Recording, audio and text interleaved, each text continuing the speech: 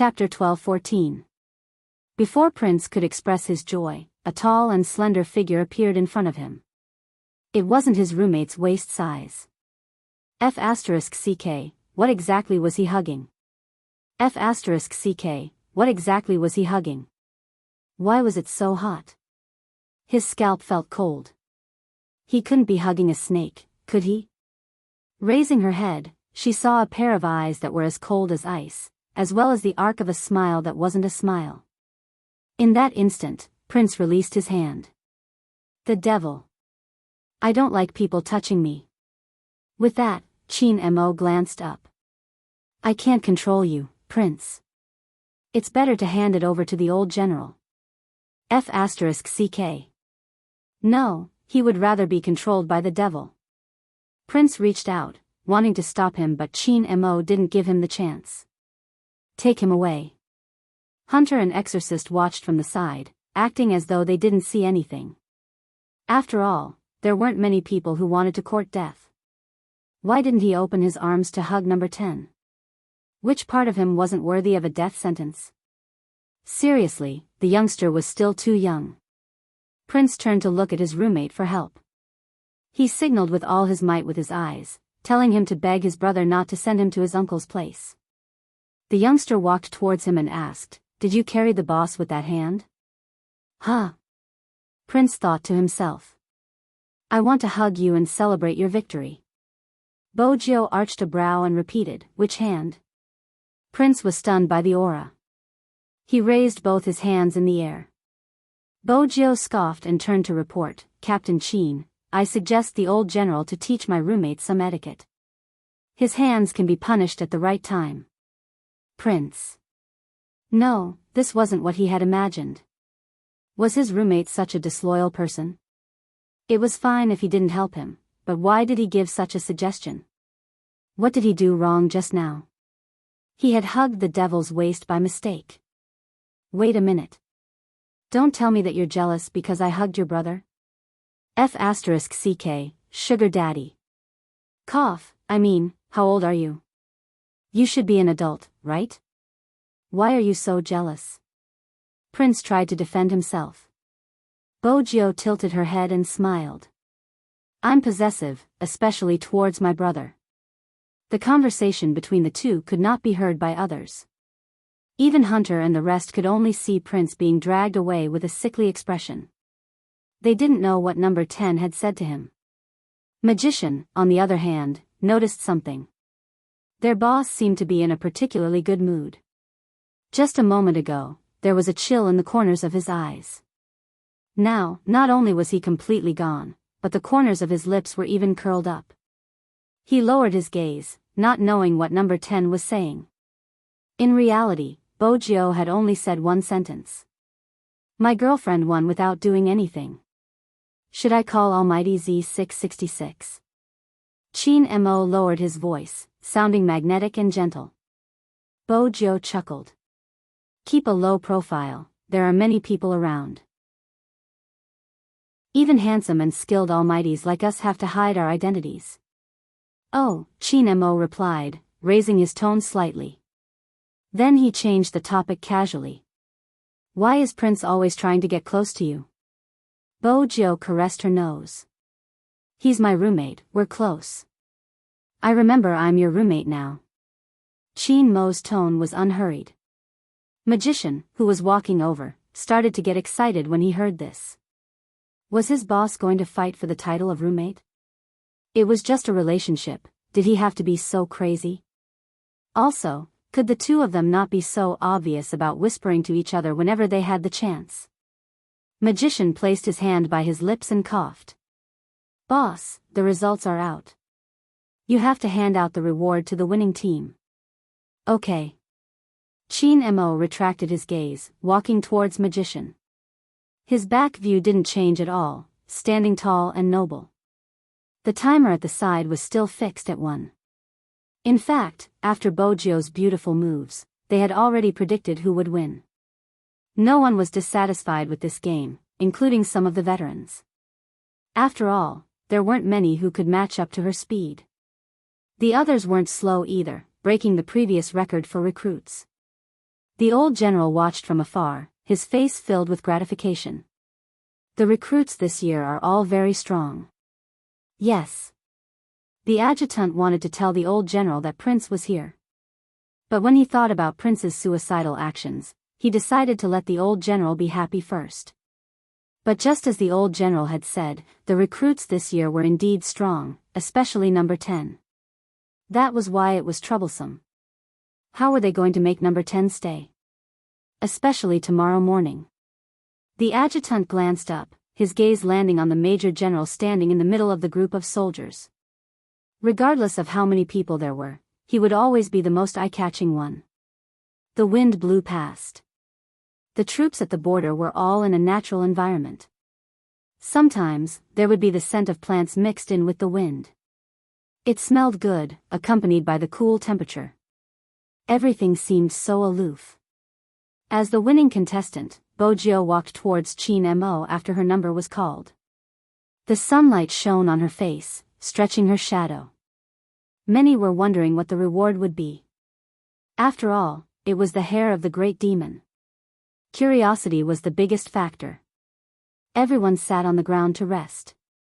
Even when resting in the troops, they would be in formation. Only the two of them were surrounded in the middle. Chin Mo didn't change out of his battle uniform, which made his eyes look even deeper, like a boundless sea, with all the afterglow shining into it. Bojio arched a brow, not understanding what was going on. She watched as the man reached out his hand.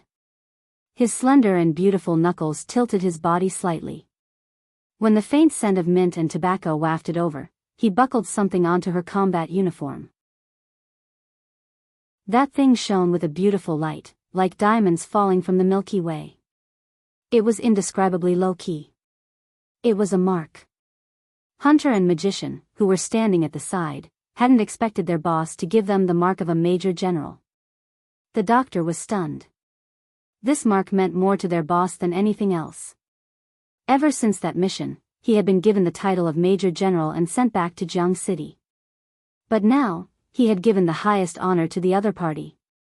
Was he trying to say that she was more important than all his honors?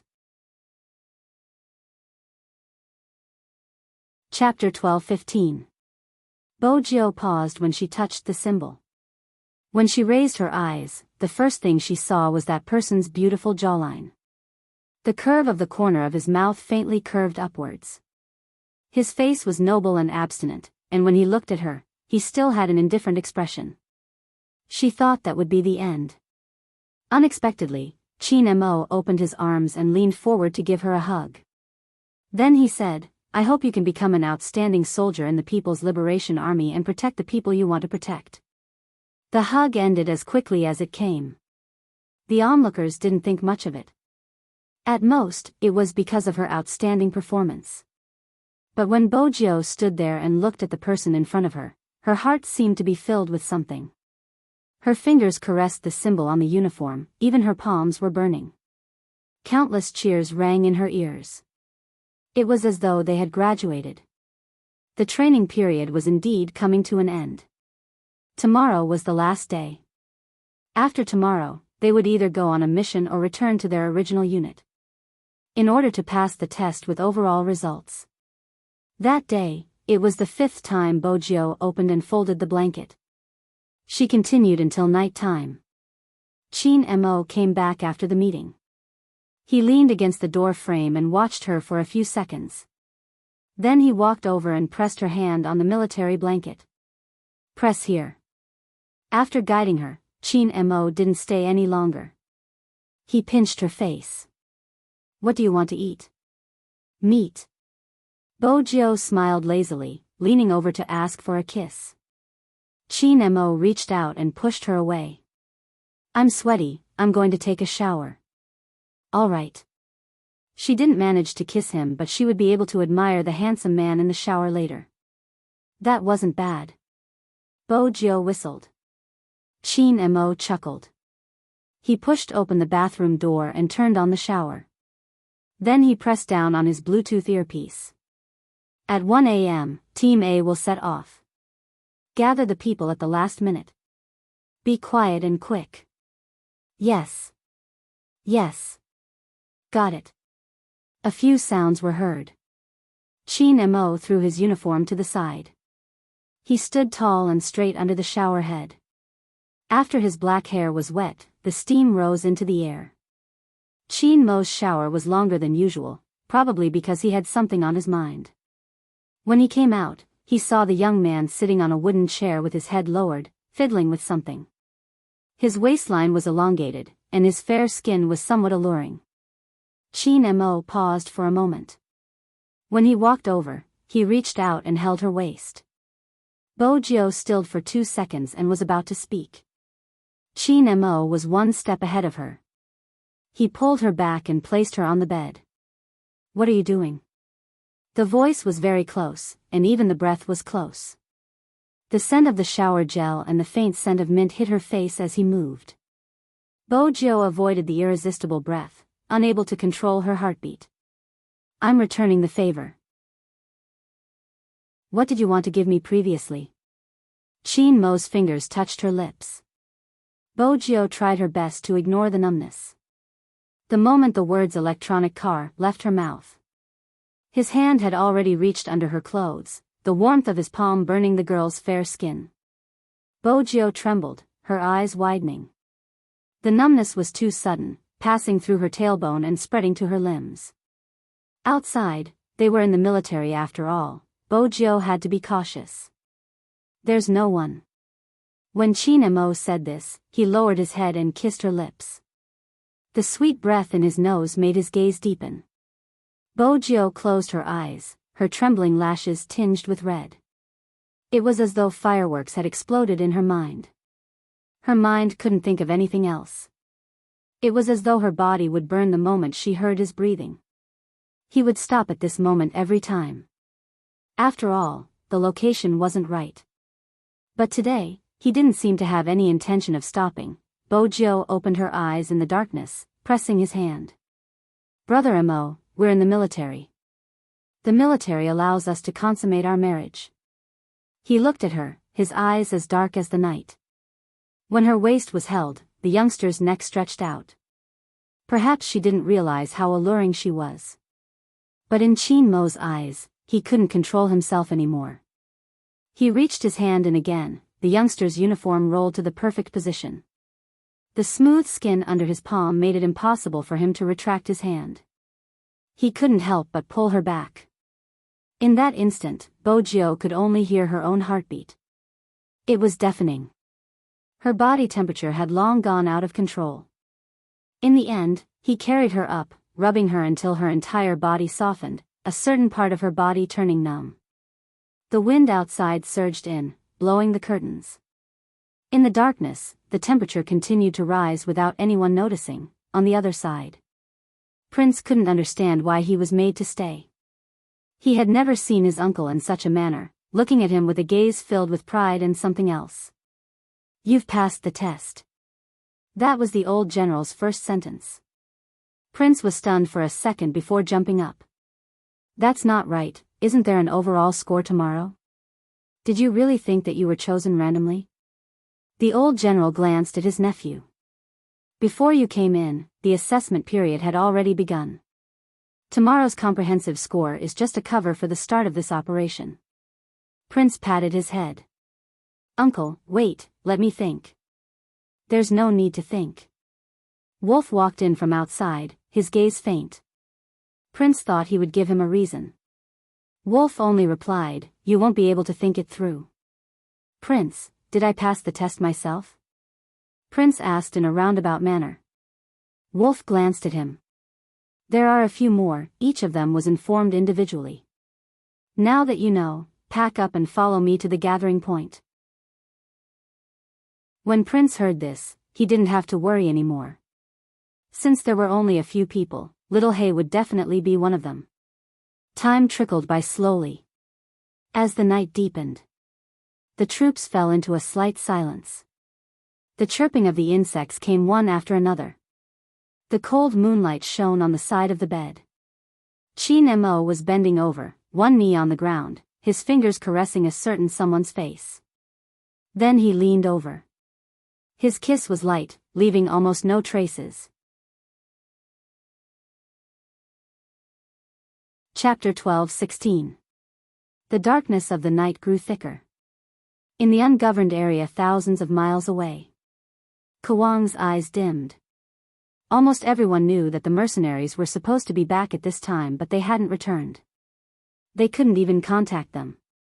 Very quickly, Kwang found the answer.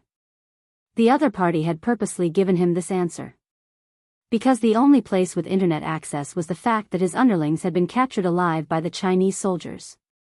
In their world, being captured alive was more humiliating than being shot dead. That wasn't all. The news that came back made Kwang's face sink.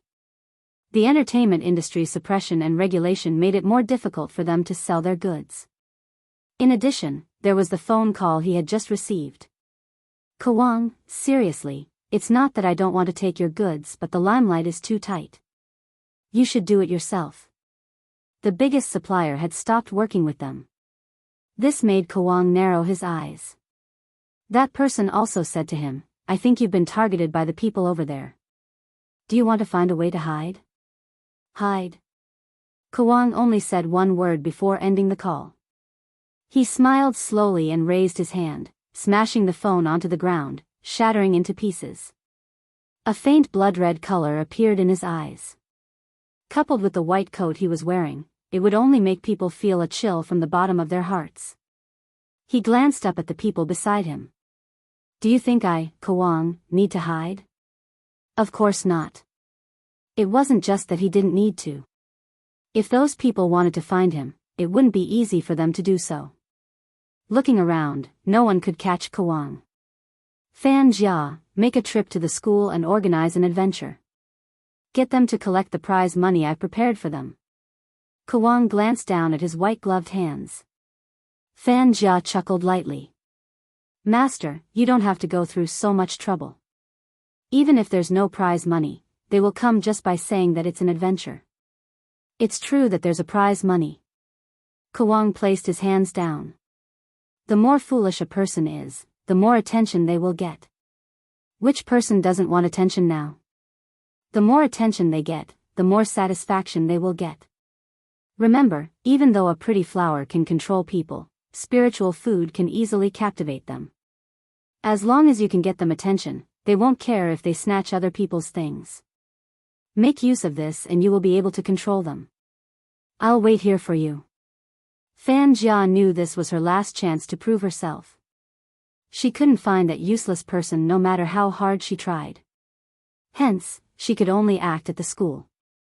Speaking of which, the Chinese soldiers are really stupid. Before they even take action, we already have enough people to negotiate with them. Fan Jia said this to make Kwang feel better. Kwang paused. Compared to that, I'm more interested in who killed the people I sent. Can't you find out? Fan Jia's first reaction was to find an excuse. China's defense system isn't easy to infiltrate. Moreover, they were in an uninhabited area. Be it the data or the electronic map, there are only empty lands and villages. There aren't any traces of troops or China's checkpoints. Forget it, Kwang interrupted her. Compared to your brother, you are still lacking. Fan Jia clenched her fists but didn't dare to say anything. In reality, Fan Jia wasn't the hacker Kwang wanted. He had tried to collaborate with Z 3 times. Unfortunately, people with different goals couldn't work together. Z was similar to Qin Mo in his eyes. He could have been more outstanding, but he was completely tied down by some unimportant things. What did people want? The two of them should feel the same way as him. Even the Bible had a detailed description of it. It was human nature to be selfish. There had been soldiers from China who had looked for him. Which time had he been able to go back? This time, he didn't even wait for them to move, killing them directly. That was Kwang's thought. However, an hour ago. That meant it was 1:37 a.m. and 40 seconds in China time. The members of the operation team gathered at one point from all directions. It was late at night. This time, they weren't wearing the Chinese battle uniform. Instead, they were dressed in black. Their masks, gloves, and even their backpacks were all black. This meant that they weren't allowed to leave their names behind for this mission. But that wasn't what Prince was concerned about. Why wasn't there a black youngster in the team? He widened his eyes in confusion and wanted to ask a question, but was pulled back by Wolf Fong. At this moment, Prince finally saw the tall and slender figure. He seemed to have arrived earlier than them. He stood under the military plane with one hand stuffed into his pocket. His black hair was messy and cold from the wind from the propeller. "Are you ready?" This was the first thing he said, and it sounded like a normal military drill. But everyone knew this wasn't a military drill. They were really going to take action. Reporting, "We're ready." Prince listened to the voices around him. For some reason, his chest felt warm. He wanted to ask Little Blackie where he was. Why wasn't Little Blackie around when there was a stranger? He had always assumed that they would be working together. Chin Mo's dark gaze shifted over, his voice calm as he asked, "What about you?" Prince opened his mouth, feeling the pressure. Chin Mo didn't seem to have the time to look at him. He turned and opened the cabin door. With a swoosh, his tall and slender silhouette seemed to blend in with the moonlight against the backdrop of the military plane. His nobility didn't diminish. "If you're not ready, go back." Prince heard him, pressing his heels together. Reporting, "I'm ready." Then board the plane. The order was not mandatory, but it invisibly made people want to obey it. Other than the 8 of us here, no one else will know the details of this mission. The confidentiality level is S, Chin Mo said as he picked up the rifle on the ground. Chin Mo picked up the rifle on the ground. "Since we are entering another country, we will dismantle all your guns and insert the parts into the camouflage tools." With that, Chin Mo paused. "Hunter. Here. Take off." Yes. Did that mean that even the pilot was a member of the team? In that instant, Prince felt different. Indeed, he had gone on missions in the past, but there would be a designated pilot to place him at the designated location. But this time, they had no idea what they were going to face. Chapter 12:17. He pushed the small computer to the side. "I'm Fatty, you can call me Almighty Fatty or Brother Fatty. Anyway, I'm asking you to introduce the equipment and events." Chin Mo glanced over, his gaze indifferent. Fatty's scalp went numb, and he didn't dare to spout nonsense anymore. With a dignified expression, he continued the previous topic. "Just as Boss said, from now on, all of you will have a wireless communication device on your hands. No matter what happens, don't remove it. Make sure that it doesn't leave your side for 24 hours. Other than that, during the mission, there's a high chance that communication won't work. When you encounter such a situation, activate the chip's destruction button, and we can use the signal to find the last place you were seen. Now, everyone can see a video that's less than 50 seconds long on your watch. This video is the reason why we're carrying out this overseas mission." Prince lowered his head, his eyes widening as the video played. In the end, they deepened and he clenched his fists.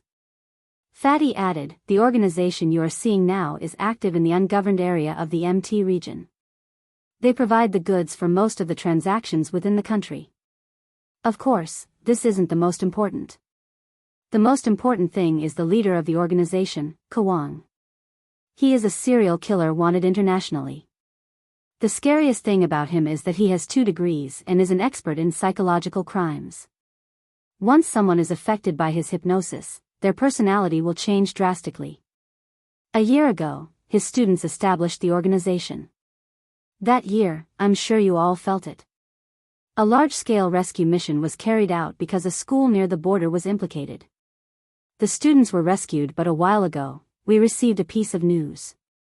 After saying that, the fatty paused for a moment. His eyes looked toward the recruits sitting there.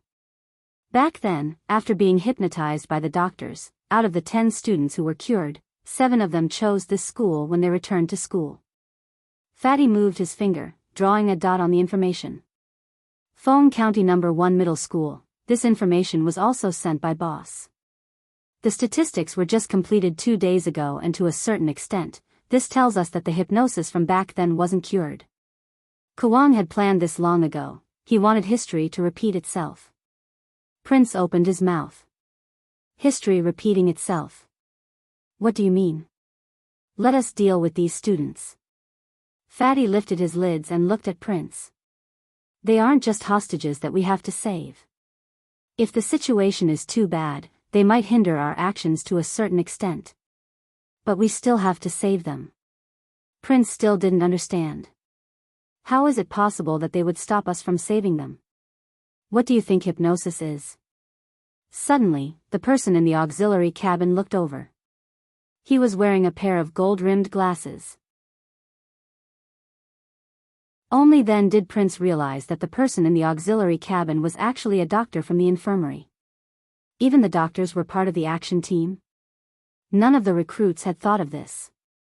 After all, in their eyes, the doctor had never participated in training, and he looked so gentle that he didn't look like the kind of person who could go on missions abroad. There was only one word that people could think of: harmless.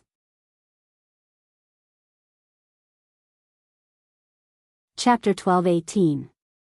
He took a closer look. Among the people sitting there were a few who seemed to be soldiers who had gone on a mission outside the country. Prince glanced at himself before turning to look at Fatty, who was fiddling with the electronic equipment. In the end, his gaze landed on Chin Mo. Chin Mo seemed to have entered the wrong profession. Could it be? Suddenly, Prince seemed to have figured something out. Could this be the reason why they were chosen? He suddenly recalled his uncle's words. They weren't chosen randomly, it was just that after some observation, they weren't sure. At this moment, Prince finally understood why the doctor would talk to them after every training session. Was he investigating their psychological data? Don't underestimate Kwang's hypnosis, the doctor said. The doctor spoke again. Every case he handled, he didn't even need to do it himself, and he could kill someone. Do you understand why? It's because of psychological influence. There are many types of psychological influence, such as sound, image, words. You should have learned from the textbook cases. The biggest crime scene was when the murderer used the beat of a drum and rhythm to make everyone imagine certain scenes. Their emotions were affected, causing them to be extremely irritable.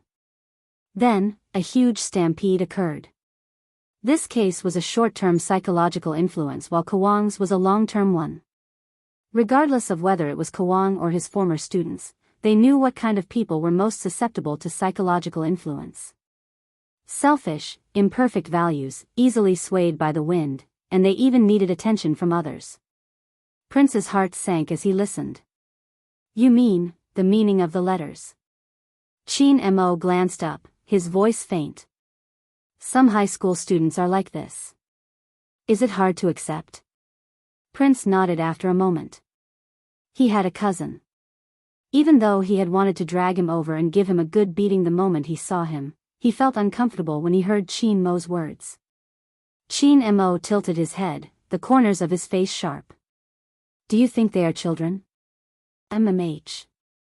It wasn't just Prince's voice, the other two recruits did as well. Chin Mo fixed the parts. When carrying out a mission, they are more dangerous than mercenaries. Do you know why? The three of them shook their heads. Chin Mo's gaze deepened. Because no one has their guard up against them. They think they are young and wouldn't harm others. You aren't him, you don't understand his background or his thoughts. You also don't know what Kwang said to them. That isn't important, what's important is a person's appearance. What has it got to do with age? A person's growth is related to their environment and heart. Some people are born selfish. As long as they could attract the attention of others, they didn't care if they harmed others when they were doing it. They needed this kind of attention. The younger a person was, the more unrestrained he was, and the more unscrupulous he was. It was true that the strong bullied the weak in this world, but what was the scariest was that he was poor, young, and didn't know anything, so if he made a mistake, he had to be forgiven. If he didn't forgive him, he would be overbearing. Even if he killed someone, he would be the most pitiful one. You had to face such a child. If such a child turned around and stabbed you after you saved him, how would you deal with him then? Prince's back trembled. He didn't know how to reply.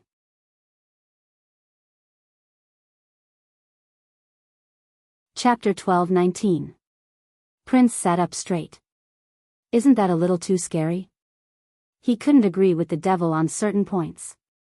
He really couldn't agree with him. He was still siding with his cousin. Chin Mo leaned back, looking nonchalant. You can experience it once. Prince turned to look at the doctor. He needed counseling now. The doctor smiled. This time, it won't happen again. That's why we have to take action. Before Kwang activates the seeds, we have to destroy Kwang's nest. Prince knew how to grasp the main point. That means the situation boss mentioned happened? Can you tell me who carried out the mission? He wanted to worship the Almighty. I can't. The doctor turned to glance at Chin Mo, who had already closed his eyes. Perhaps no one knew. In reality, even those who participated in the mission didn't know what had happened. Their boss was the one who had climbed out of hell. Even until now. The doctor closed his eyes, recalling the scene of that day. It was just 6 or 7 high school students. But it seemed to be able to shatter one's understanding of the world.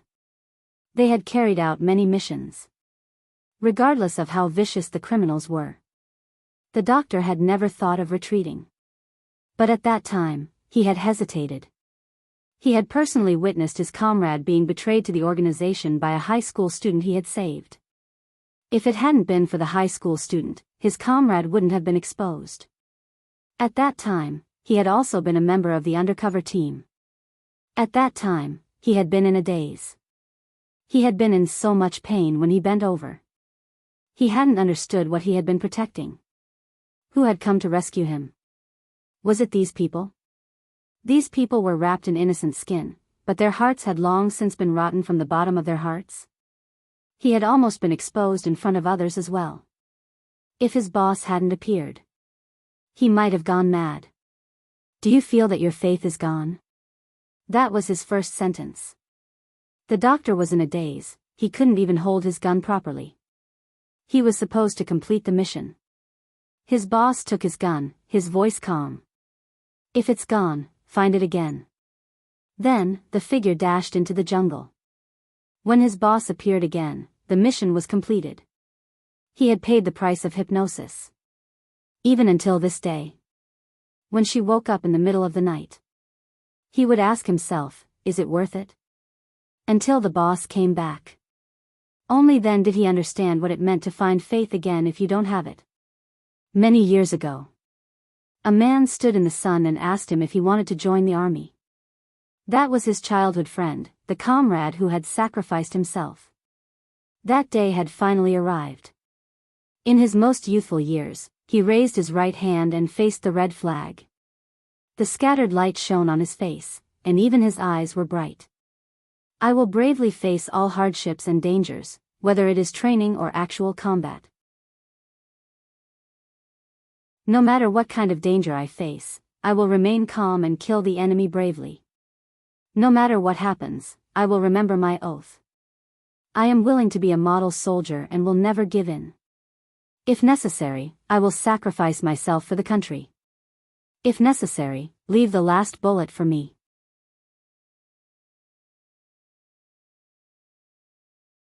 Chapter 12:20. The night sky disappeared into the thick clouds along with the plane. The sky outside started to brighten up. It was still a little pale and the north wind blew in through the window. The youngster under the blanket moved. She reached her hand out, probably wanting to touch the person beside her. Unexpectedly, she felt a chill in her palm. Bo Jiu opened her eyes slowly. Her black hair was a little messy. When it was curled up, it made her face look even more handsome. He turned his head to look at the time and furrowed his brows. He grabbed the combat uniform and quickly put it on. She hadn't forgotten that there would be a comprehensive evaluation today. This meant that there would be a military demonstration against Do.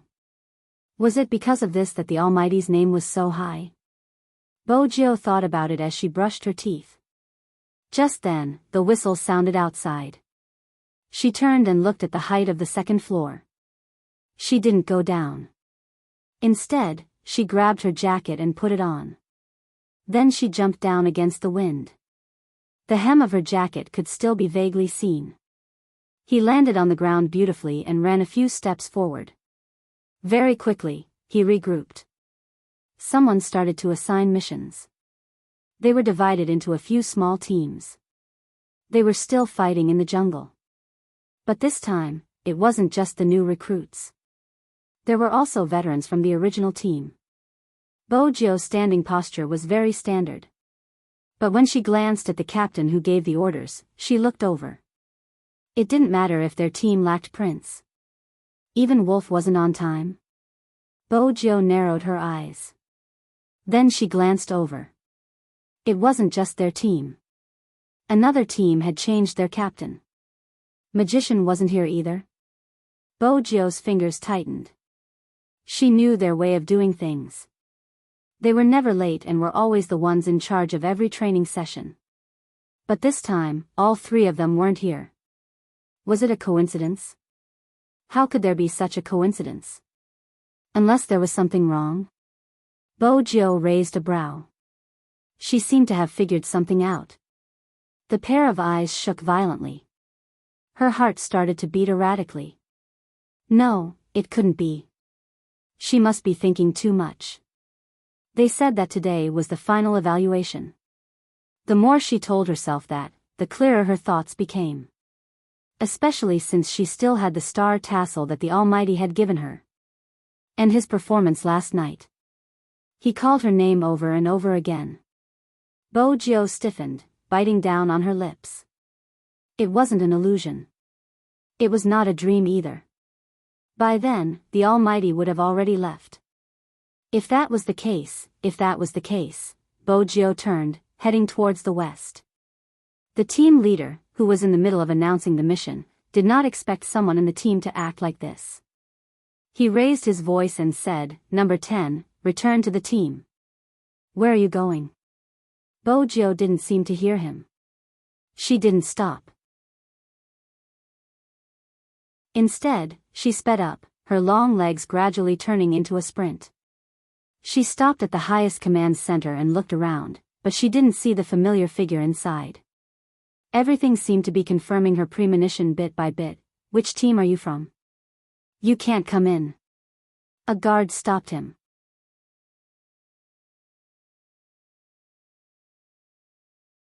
Chapter 12:21. Captain Chin. The guard was at a loss. It was obvious he had never seen him before. Bojio loosened her grip. Her frail figure stood there. For some reason, the guard felt that he was being a little too presumptuous in stopping her. "Is there something wrong with you? If there's anything, you can make a report." Bojio couldn't hear what the guard said. The more she pieced together the information in her mind, the clearer some things became. The adjutant glanced outside the door before turning. "General, it's recruit number 10. The military demonstration is about to start. What is the kid doing here?" The old general stood up. The moment he took a step forward, he paused and frowned. "Do you think the kid guessed that youngster Chin and the others left early?" The adjutant replied, "I can't be sure." "Why don't I go take a look?" "Go take a look." The old general's expression turned serious. "Don't let the kid notice anything." The adjutant nodded. He knew that if number 10 had guessed that the mission had been brought forward, he would have to think of a way to keep him here. If he hadn't guessed it, they would have to wait a little longer. They could take action 2 days later. He shouldn't be able to sense it so quickly. Even though the adjutant thought that way, he wasn't very confident. When he walked out, Bojio walked over with her long legs. The adjutant asked his men to watch the youngster's actions. His heart was in his throat. Then, he received news that the youngster had gone to participate in the military demonstration. The adjutant relaxed and went to report to the general. At this moment, Bojio hid behind the trees. Without anyone noticing, she turned her body and took off the communication earpiece that was given to the recruits. That was an indispensable part of any military demonstration. At this moment, Bojio took it off because she sensed that someone was watching her. Hence, she didn't show any difference. Instead, she quickly returned to the team and sneaked into the forest. But the next moment, Bojio glanced up and glanced at Bing. She took off her rifle and placed it at the side. Then she walked in the opposite direction. No one had expected the youngster to leave the team silently and return to the training ground. Even the old general received news that Bojio had entered the jungle. Logically speaking, at this point in time, the young man should not have appeared at the place where he had left in the beginning. But Bojio had indeed returned to the military camp. That wasn't all. Without her rifle, she moved extremely quickly. She was dressed in her military uniform and glided across the training ground. She held onto the railing with one hand and leaped over the training ground, heading straight for the Lamborghini parked under the tree. Bojio's voice was raspy, but she moved quickly. She pulled the car door open and said, "Unlock." After spending a few days together, Xiaohei had already given up hope that its master would drive it away. After the intelligence system was activated, its voice sounded. "Okay, master, you can start your lovey-dovey mode. This time, I will definitely be a qualified listener."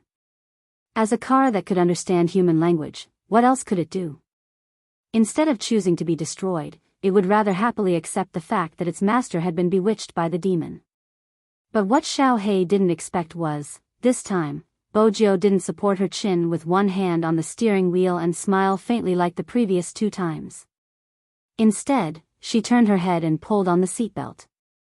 The face in the rear mirror was handsome and exuding a dark aura. Fuel level detection. In that instant, the atmosphere in the car changed. Even though he didn't know why. But Xiaohei knew that its master was going to drive it away. The system said, 80% fuel, can drive for more than 200 kilometers. Connect to the network communication device, Bojio said as she adjusted the settings. The intelligent navigation system showed a 3-dimensional image. Network connection completed. Import the driving memory and find the weakest line of defense. Bojio's eyes lit up. Navigation completed. Go straight in the 9 o'clock direction, Little Hay said. Bojio turned her right hand and swung her tail beautifully. She didn't waste any time as she sped along the route. The top-notch sports car with smooth lines seemed to have returned to its original form. It wasn't just a car that was parked in the military camp for people to view. Bat's speed was one of the fastest in the world. Everyone who loved cars knew that. That was because no one had expected someone to be able to start Qin Mo's sports car. It was already too late by the time the garrison troops realized it. Moreover, most of their attention was on the military exercise. Hence, no one knew that Bojio had driven out of the military camp. When the old general heard the news, the phone rang. The person on the other end of the line spoke slowly. The person on the other side of the phone said slowly, "Old chief, I'm here to apply for my soldier's discharge. To be honest, I didn't expect this person to not be selected into the special operations team. Now that she has returned to her original unit, the process has started again." The old general recognized the voice and his eyes widened in shock. "Little Tang, you're trying to snatch someone from me again. Let me tell you, anyone can retire, but this technical soldier can't. Send him back." Tang Mo was stunned. "Old general, she is my soldier, how did it become me snatching her?" The man smiled. "Besides, it isn't that I don't want to send her back, she doesn't want to go back." The old general was anxious. "I promised someone to keep her in the military camp." "Who did you promise?" "Qin Mo." "I'm afraid you're going to go back on your words, this soldier is very independent." After the man finished speaking, he added, "The procedure has started. How about this, I'll go to your military camp some other day and we'll talk face to face." The old general wasn't aware of this youngster's style. He was still calling him when the line was already hung up. After the man hung up, he tilted his head and pressed down on his Bluetooth earpiece. You really know how to cause trouble for me. Bojo turned the steering wheel, avoiding the radar. The small jammer made her signal bad. Is that so? Young Master Tang seems to be handling it easily. Tell me, where is the special operations team now? The security level is S. I don't have any news on my side. Young Master Tang chuckled lightly. But I have other news for you. Bojo arched a brow. Nothing good usually happens when you smile like that. You sound like an abandoned child. Young Master Tang tapped his fingers on the table. It seems like you really like Qin Mo, Bojo smiled. That's right, I like him. It's better than someone who likes his childhood sweetheart and hasn't managed to get her yet. Young Master Tang wasn't annoyed, he smiled. This is fun, you probably don't understand. Bojo drove away from the checkpoint. Young Master Tang spoke again. Back then, Qin Mo was involved in a case. Due to the vile nature of the case, it hasn't been made public. If it was made public, some people would definitely be affected. Bojo's fingers paused. On the other end of the Bluetooth earpiece, she could still hear his voice. It was deep and light. Hypnosis, it affected a middle school student at the border. What they did exceeded many people's expectations. Bojo realized that the next part was the main point, hence, she slowed down. In the beginning, they were just distorting the truth on the internet. Just like what you experienced in Jiang City, the infringers were extremely arrogant because of this group of people supporting them. They didn't care about right or wrong, as long as they liked it, it should be theirs. After stealing someone else's things, they claimed it was true love. Simply put, they were the mistress and wanted to build a chastity for themselves. At this point, the melodious voice suddenly changed the topic. Later, it was confirmed that these people were all in contact with a foreign psychological criminal, so this operation was destined to be difficult to complete. Because they were the enemy's people, they were also hostages that we needed to rescue at that time. Bojo tightened her grip on the steering wheel. She exerted more and more strength. The flying tigers sent many people over, but every time they went, they didn't return.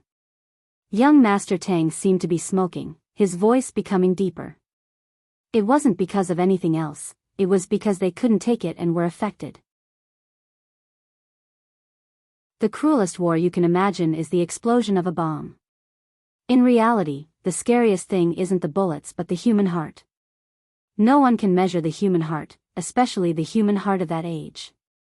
It's simple, they can act one way in front of you in school and another way behind your back. They can't wait to kill you. They will always be extreme when they look at problems, they like to compete with others, follow the money and enjoy the attention. Actually, this has nothing to do with anyone. After all, people are lonely nowadays. However, this loneliness won't change after being raised because they will always feel that they are not in the wrong. Even if they are about to trample on the law of the world, it is still the same. If you talk to them about their conscience, they will say that they don't need it, so, Bojo interrupted him. So, why do you still keep such people around to harm the human world? Because with a single thought, you can become a demon and a Buddha. Young Master Tang stood up. Be it me or Qin Mo, we both love someone in our hearts. Because we have someone we love, we will imagine. Even if we see the slightest resemblance to that person in these children, we will stop and tell ourselves that we are here to save them. This has nothing to do with good or evil. But once our hands are stained with the blood of the innocent, we can no longer hug someone openly. I don't know what other people's beliefs are, but I can roughly guess Qin Mo's. That year, when he was carrying out his mission, he probably had someone supporting him in his heart. That was why he was able to last till the end. But the more he did so, the more dangerous it was, because once that person was gone, Qin Mo's mental state would crumble. Bojo increased the speed of the car. She suddenly understood something. Hence, she was filled with regret. Why was she so stupid? He had lost all his memories of her, all the bits and pieces of their childhood. It was because she was the knot in his heart. He hadn't slept for so many days. He didn't feel safe and he didn't even like the night. Was it because in his subconscious mind, she was gone? Little Bojio, listen carefully. Now that you have spent money to buy me, you can't be half-hearted in the future. You can't be like those brainless girls in television dramas, disappearing whenever you want. If I have done anything wrong, you can tell me. I might not change, but you have to remember, a master can't abandon his pet or it will die. Bojio was still in a daze. The little tiger's ear was still being pulled. Don't spout nonsense. How can it die? You don't believe me? The little boy seemed unhappy. He tightened his grip. How did the cat on the street die? Bojio paused. Didn't it starve to death? Why did it starve to death? Was it abandoned by its master? It was obvious that the Almighty had learned how to guide her thoughts.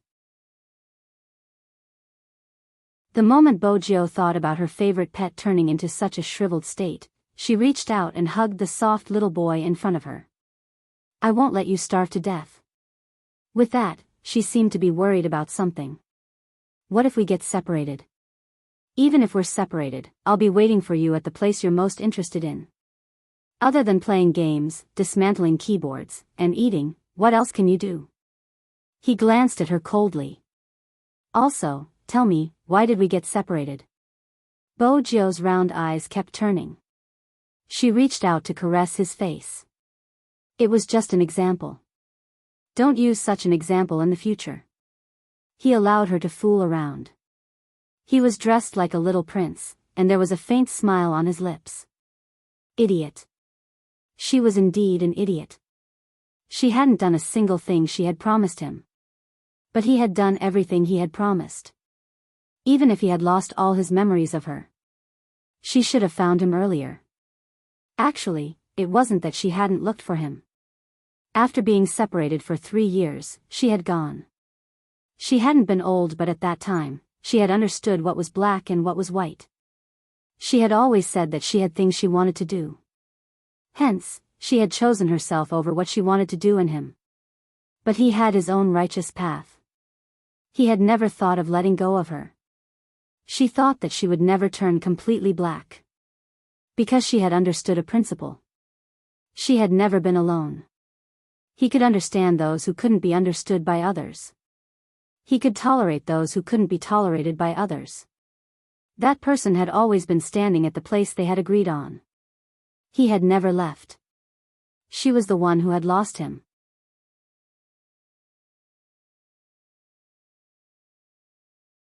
Chapter 12:22. In the afternoon, the sun was blazing. On the desert, the silhouette of a Lamborghini rushed out of the thick fog. There was only one sports car in the vast no-man's land. The amount of fuel in the tank was just enough to reach the nearby town. Bojio turned the steering wheel, her dark eyes drifting with the scenery. There wasn't an ATM in this place. After Bojio reached the place, she wanted to get some petrol. The locals asked her if they could pay online. Bojio didn't have a phone on her, so she used her belongings as collateral. Everyone saw that she was wearing a camouflage uniform and were extremely enthusiastic, especially since the weather was very dry. The old lady watched as the child stood there pouring gasoline. She got the child to fetch some water, asking for Bojio to drink some. Bojio was indeed thirsty, but when she saw the child's dark and small face, she stilled. Because it was a border area, some people here didn't know how to speak Chinese. Most of them spoke the language of the minority. Even snacks were rare. It was probably because it was in a no-man's land, so it was difficult to transport supplies here. Bojio took the bowl, tilted her head back, and finished it. Then she opened her pocket, took out a candy, and placed it in the child's palm. She took one and held it in her mouth, the corners of her lips lifting. The child's eyes lit up, and he spoke in a local language. Bojio didn't understand, but for some reason, she thought of the Almighty. If the Almighty was here, he would definitely know what the child meant. Bojio, who was leaning against the main driver's seat, paused for a moment. She checked the fuel again, and then another few hundred kilometers of driving.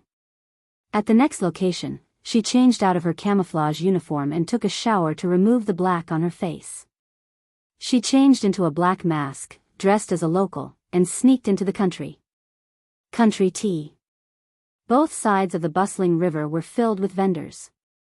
Here, spices and fruits were equally famous. Of course, there was also the local masa chicken. At the same time, the intersection of the three countries was also known as the ungoverned area. It was located in a mountainous area, with a unique landscape, lush forests, and beautiful scenery. It sounded very beautiful, but because of the climate and area, it became a natural barrier and plantation base. A pure black business car. It looked ordinary from the outside, but inside, there were many videos and local maps. The people in the car had already changed their clothes the moment they got off the plane. Chin Mo wore a suit and a pair of gold-rimmed spectacles, successfully hiding the sharpness in his eyes. However, his noble aura couldn't be changed, so Prince's scalp went numb. The more the great demon king acted like this, the more terrifying he was. However, what he didn't understand was himself. What was going on with this leopard fur coat? And the big gold chain around his neck. Why did he have to wear this outfit that he despised the most? He turned his head to look at Magician. He was wearing a very handsome leather jacket. Wolf was the same. Because of this, Prince risked being glanced at and asked, Boss, what are we going to do? Recently, Kawang's business isn't doing well. Chin Mo's voice was faint. Prince was stupid. So? He needs a nouveau riche to help him consume his goods. Chin Mo tilted his head, the aura of a big boss bursting forth. Prince knew how to take a detour. Boss wants to use this method to lure him out. Not bad, but a nouveau riche. Wait a minute, he was the one who looked like a nouveau riche the most. Boss, pardon me for asking, but why did you choose me? He couldn't possibly send him to his death. Chin Mo's voice was still the same. General didn't tell you? Uncle was very excited. Prince straightened his back. I'm excited to carry out a mission for the country. Chin Mo praised slowly. Not bad. Prince guessed, could it be that boss is also interested in my passion? The entire army. Chin Mo tapped his fingers on the table, looking like a successful financial analyst. Those who look old-fashioned aren't rich enough, those who are rich aren't old-fashioned enough, those with an aura aren't easy to deceive. Until you appeared, you fit the description. The landlord's foolish son, a nouveau riche. Prince. Boss, this isn't a compliment. At this moment, Chin Mo was still holding a pair of binoculars, looking at someone. Suddenly, he arched a brow and called out, Hunter. There was a swoosh. The car door opened. Hunter was like a bolt of lightning, rushing to a shop and grabbing a man who was counting money with his head lowered. He put a black plastic bag over him and dragged him into the car. The man was still shouting, but he couldn't make a sound. The moment he got into the car door closed. Then, there was the sound of the car starting. The man couldn't see anything and spoke in Burmese. He wanted to remove the thing on his head, but he realized that he couldn't move at all. Who? Don't you know who I am? How dare you kidnap me, you? Before he could finish his sentence, Chin Mo's long fingers pressed on the off button. Chin Mo's long fingers pressed on the close button, leaning back. Don't you know how to speak Chinese? Suddenly, he heard that voice. The man didn't have much of a reaction since he hadn't thought about it that way. He scoffed and changed his tone. Who said I don't know how to speak? Who exactly are you? Why are you acting all mysterious? Who am I? Can't you tell? Chin Mo stretched out his hand slowly. It was a gun that was pressed against his forehead. The man woke up abruptly, licking his lips nervously. Impossible, how is that possible? Why don't you tell me why it's impossible? The voice became even clearer. The man fell back in fright. Young master. MMH. Chin Mo didn't deny it. The man's mind went blank. Strictly speaking, he was in the underworld, but on the other hand, he had once been Qin Mo's informant. He knew that as long as he was around, some big bosses wouldn't be able to achieve their goals. Moreover, he would give him a good price. But at the same time, his methods were also quite ruthless. The man wanted to run. Qin Mo allowed him to do as he pleased, his voice faint. "I'll give you a chance to live." The man knelt down, not even removing the black plastic bag from his face. "Young master, I really didn't know that giving you the wrong information would bring about such a bad outcome. I might not be a good person, but I have never thought of betraying my country, and I don't dare to think about it. Young master, you can take a look at my nationality, I haven't changed." "You can take a look." Qin Mo swept him a glance. "Since that's the case, you must have news about Kwang." The man paused, his eyes starting to turn. Qin Mo didn't give him any chance to think.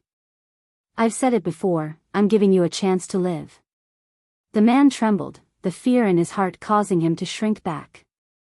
I'll tell you everything, but I don't know much about young master. He is a strange person, he never shows his face, and everyone says that as long as they talk to him, they will be manipulated by him. Hence, hooligans like us definitely wouldn't be able to come into contact with such a person. But during this period of time, he has bought quite a number of guns. You can go over and take a look." Qin Mo tilted his head and cuffed the man. Young master." The man's face changed in fear. Qin Mo's voice was faint. "What are you afraid of?" The man wasn't the only one who was afraid.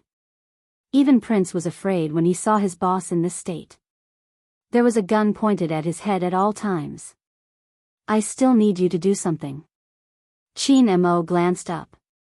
"Go to various places and spread the news that you know a big boss who is interested in doing business that can earn money quickly." The man glanced over. "Big boss?" Qin Mo reached out and removed the black plastic bag from his head. Then he tugged the man and made him look to the left. "He's the one." Prince, who was being visited, the man and Prince faced each other. After 2 seconds, he asked, "Pardon me for asking, but is this a soldier?" Prince smirked. "Nonsense. Doesn't look like it." The man ignored the word nonsense and turned to Qin Mo. "Young master, I have to say that you have a good eye when it comes to choosing people. I'm impressed." "Prince. If you want to suck up to me, just suck up to me. Why did you have to pick such a point?" The man looked at Qin Mo and asked, "Young master, why don't you do it yourself?" Prince wanted to ask this question too. Fine, he admitted that he did look like a nouveau riche, but in terms of the word gangster, boss was obviously more suitable. He just stood there and changed his clothes, looking lazy and annoying. Especially when he released his aura, he didn't look like a major general at all. He wanted to be in the underworld. "Kwang knows me." 5 words, not too fast or too slow. However, it caused everyone present to be stunned. Prince wanted to ask, "Boss, how did you know a drug lord?" "I listened to his class when he was a professor. It would be helpful to explain things clearly." Hunter, Wolf, and even Magician pricked up their ears. The man widened his eyes. Then, "Young master, his class was all about explaining his point of view. Even though it sounds beautiful, it's actually a high-level multi-level marketing organization that scams fools." Qin Mo removed his spectacles and placed them on the table. "That's why I didn't continue listening." Everyone. A high-level multi-level marketing organization that scams fools. In terms of eloquence, boss was indeed unbeatable. "But did Kwang know that you were talking about him in this way?" The man coughed. "But he is really scary. I heard that after interacting with him for a long time, people will listen to him subconsciously. Psychological guidance, it's very normal." Qin Mo opened the car door and tilted his head. The man hesitated. "Young master, shouldn't I get them to stop the car first before I get down? Didn't you jump out of the car rather straightforwardly?" Qin Mo raised his wrist. "I'm in a hurry, do you want to jump yourself or, I'll jump myself, I'll jump myself. The man used all his strength and landed on his back. He rolled 3 rounds, his waist aching terribly. He reached into his pocket. There was a stack of money and a bullet inside. The moment he touched the bullet, his entire body stiffened. He didn't dare to have any other thoughts and started to hop on one leg. Hunter looked at the figure in the rearview mirror. This time, he was completely obedient. As Prince, he had never imagined that there would be a day when he would start a big business. And this big business had the devil as his investment consultant. After receiving the information from the informant, they arrived at an ancient building. The fragrance of the building lingered in the air. The person sitting at the head of the table took a sip of tea and raised his hand, signaling for the woman who was dancing to leave. Then he asked, "Do you want to do business with me?" Chin Mo replied. He stuffed one hand into his trouser pocket, his gold-rimmed glasses reflecting the light. Sometimes, Prince admired this trait of his boss. It was rare to see someone who could talk business without batting an eyelid with a knife on his neck. "I heard that the goods here are good. My boss is very interested. Of course, he doesn't do this business. Just treat it as making a friend." When Chin Mo said this, he took a sip of tea. Prince sat at the side and thought to himself. Similarly, a knife was placed on his neck. His aura couldn't be weak. But how exactly did his boss ignore the other party's ferocious gaze? Old O was one of the top firearms suppliers in the Golden Triangle. He had a complicated bloodline and never showed mercy. But no matter what, he was always concerned about benefits. When the other party pushed a small box of money over, he was already tempted. However, he was wary of the 3 people's identities. After all, it was too strict now. He was slightly worried that they were spies sent by someone. He turned his head and said to the person beside him, "Go and investigate." "Yes." The person retreated. Old O then continued, "I just like to make friends. How do you read that poem?" The moment he finished speaking, Prince felt the pressure on his neck disappear. Then he heard the voice of his current consultant. "A bosom friend in the sea is like a neighbor in the distance." Not bad. Old O seemed to be relieved that the other party didn't hide his identity. "How many years has it been since I heard a Chinese poem? How nostalgic." Prince turned his head and looked at him. Consultant. Chin Mo drank his tea and said faintly, "Boss O is a scholar. You can tell a thing or two from this pavilion." Prince. How can you follow up with such a sentence? "Boss, you can tell someone's hobbies from their decorations." How did you learn this? Ha ha ha ha. Old O seemed very happy. "Brother, you must stay for a meal. We can also talk about poems." Prince. F***ck, this line is unbearable. "Old man, to be honest, do you know who said this to whom?" "You can say it to my boss. However, boss mustn't accept this meal. It was a hongmen banquet. Even if they called each other brothers, as if they had transmigrated, he still mustn't accept it." "Not today," Chin Mo said. Old O narrowed his eyes. Chin Mo casually placed the teacup down. "Tomorrow, boss and I will bring the money to collect the goods. We can chat with Mr. O, Prince. Tomorrow will be even more dangerous." "Boss, do you really not want to go back?"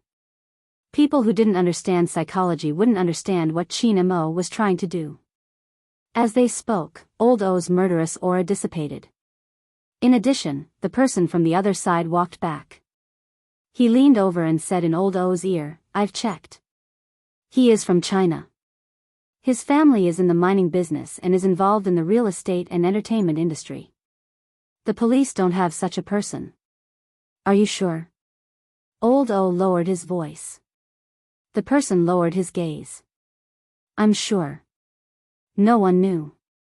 Old O and the others only found the information that Chin Mo wanted him to see. Hacking into the network system. And when the other party asked for information, at the appropriate time, the previewer link was inserted. This way, As long as the other party used the internet to search, they would definitely see this information. In addition, if they hadn't made preparations in advance, this wouldn't have happened. No matter how the other party inquired, their identity would be real and all real information related to them would be erased. This was arranged every time they carried out an overseas mission. In addition, no matter how powerful the other party was, they could only find the police and ordinary troops. They wouldn't be able to find them. Prince only saw someone holding a knife to his neck. He didn't realize that long before they came in, Wolf had already disappeared. The best sniping vantage point, the direction in which the long gun was pointed, was Old O. This was Chin Mo's plan. As the prey, Old O didn't realize that he had fallen into the other party's trap. It was also because he believed in the information that when he looked at Chin Mo again, it was as if he was looking at a big client. "Brother, tell me the truth. You are the one in charge here, right?" Chin Mo smiled. "Sir, you have sharp eyes. This time, as the consultant, I am indeed the one in charge. My main task is to guide little boss. It is rare to see a talent like brother," Old O continued. Prince felt that between the two of them, Old O and his boss were like old friends at first sight. His boss treating Old O was completely a trap. However, when would this old-fashioned way of chatting end? He really couldn't take it anymore. He had to admit that his boss was also a talent in this aspect. No matter what the other party said, he could maintain his composure. He was a top-notch talent. As they chatted, Old O couldn't stop talking. If his subordinate had someone like brother, it would be a blessing in his life. Prince. F***ck. Did he think he was dead? How could he be so brazen in trying to poach him? At this moment, his boss gave him a look. Prince knew it was time for him to appear. He directly brought out the side of him from before he joined the army. Not only was he sloppy, but he also loved to throw money. Although he didn't want to admit that he had done such a stupid thing in the past. But now, he indeed didn't feel out of place. He took the money and slapped it. He raised his eyebrows. After saying so much, where are the goods? If you don't want to show it, don't hide it. There is money here. Old O raised his eyebrows. Chin Mo said calmly, "What did boss say before we came out?" Prince subconsciously shrank back when he heard his boss's voice. "I'll listen to you." Hee, there has to be an end to any business. That impatience successfully created his image as a nouveau riche second generation. Old O laughed. "Since you are so straightforward, brother, bring the money tomorrow to collect the goods. But there is one thing you can't do in certain places." Chin Mo put down the teacup again, his eyes moving. Prince paused for a moment before he understood. It was time for him to say his lines again. He crossed his legs and said, "We're just here to buy some guns for fun. As for business, we're only interested in things that earn us money quickly. We're here to get the goods. Guns are just for our daily needs." Oh. It was obvious that in that instant, Old O thought he had found out about some secret. After all, Chin Mo, who was sitting at the side, frowned.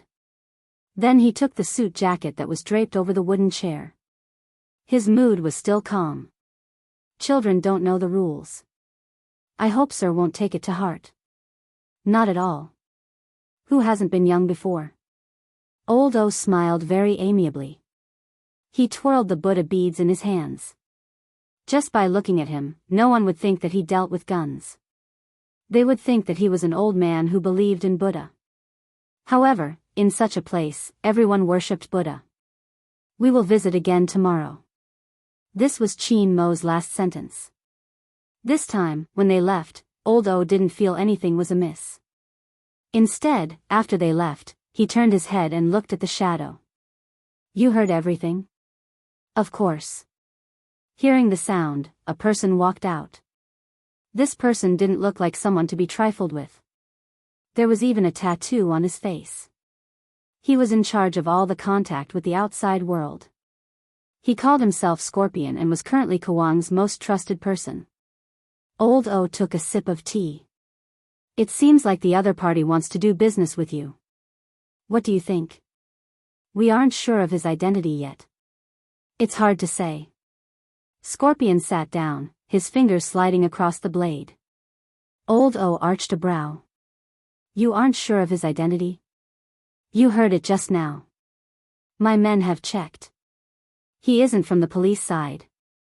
I will tell Wang about this. Scorpion stabbed the dagger on the wooden table. Let him analyze. If there is a problem with the other party and he is from China, we can use him as a sacrifice. When he heard the word China, Old O frowned. We are doing our own business. Why do we have to go against China? This isn't a wise move. Since we are talking about this topic, Wang asked me to ask you. Scorpion lowered his body. Why don't you expand your business to China? Wang also said that as a business partner, he will help you find a market. Since you're so stubborn, don't blame us for not protecting you if something happens.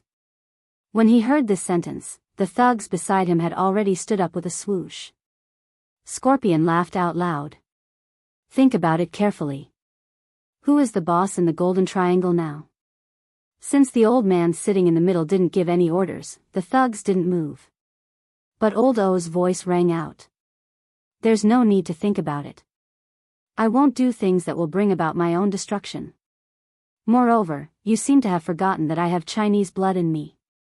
Scorpion narrowed his eyes and leaned back. I'm just joking.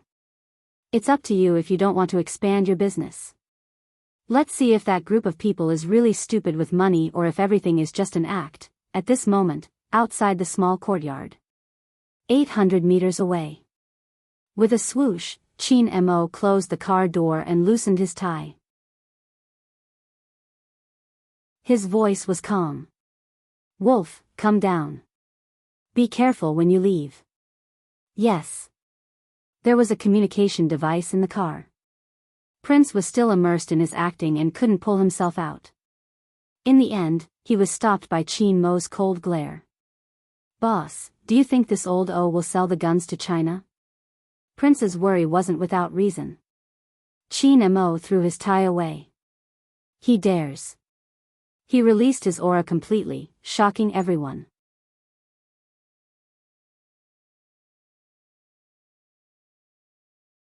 Chapter 12:23.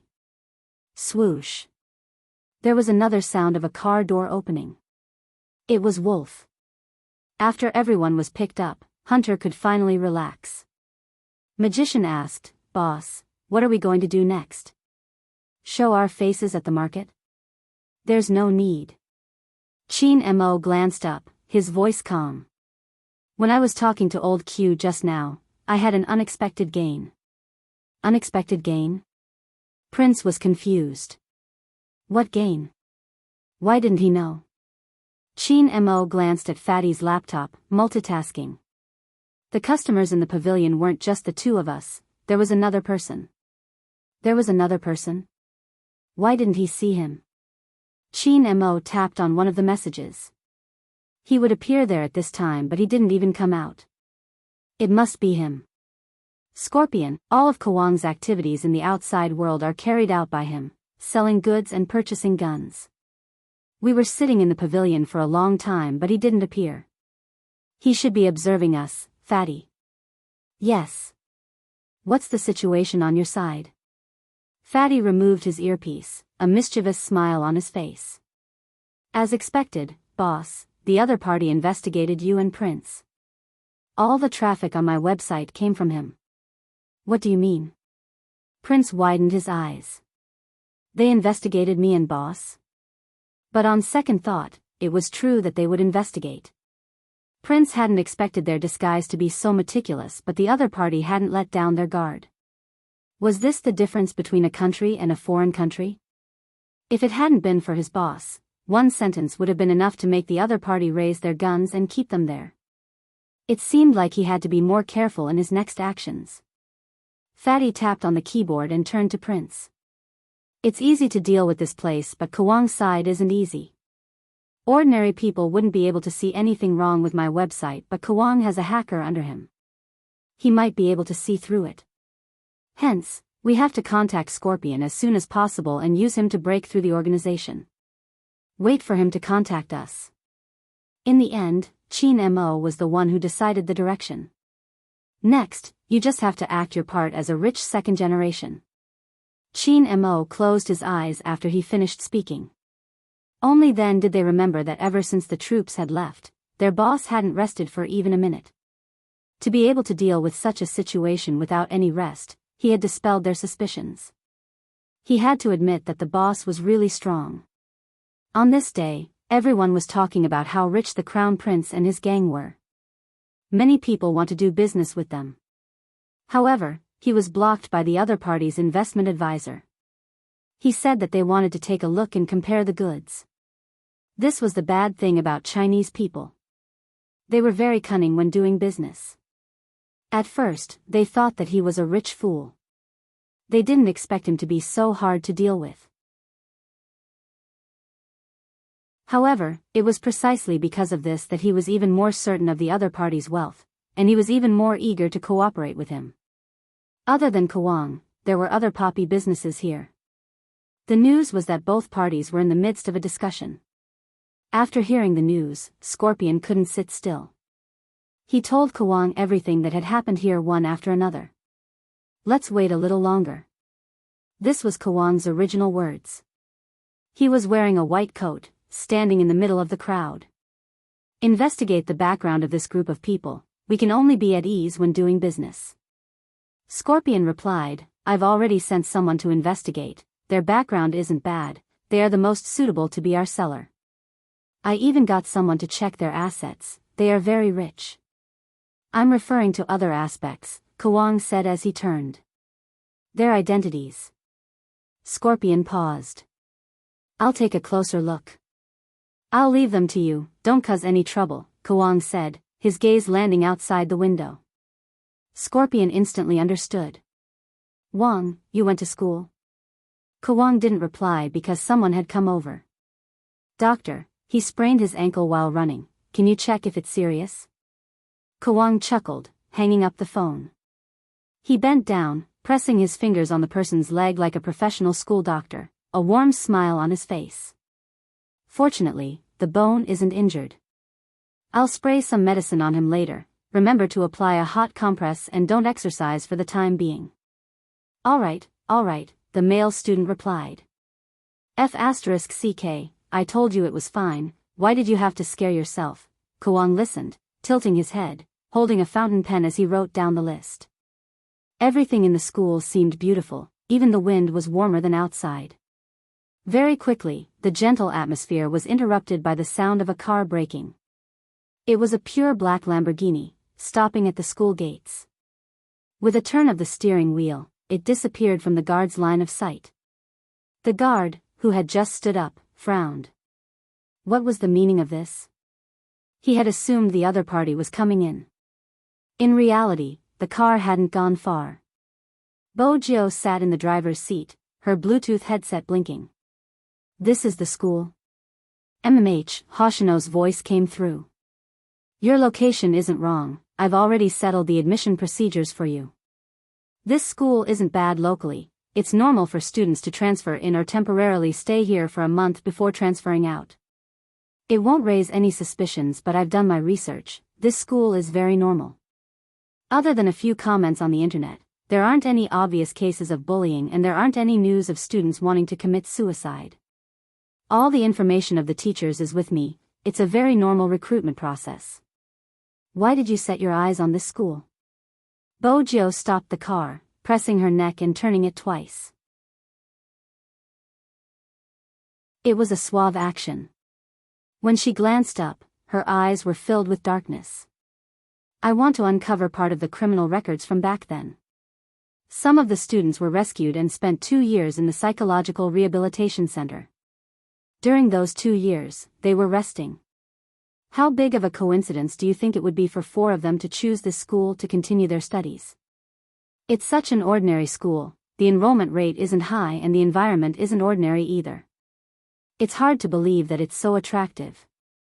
Hoshino typed a word before pausing, shifting the person who had interrupted his call.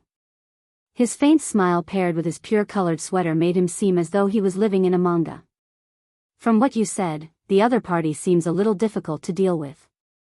Do you want me to fly over? It's fine. Bojo smiled.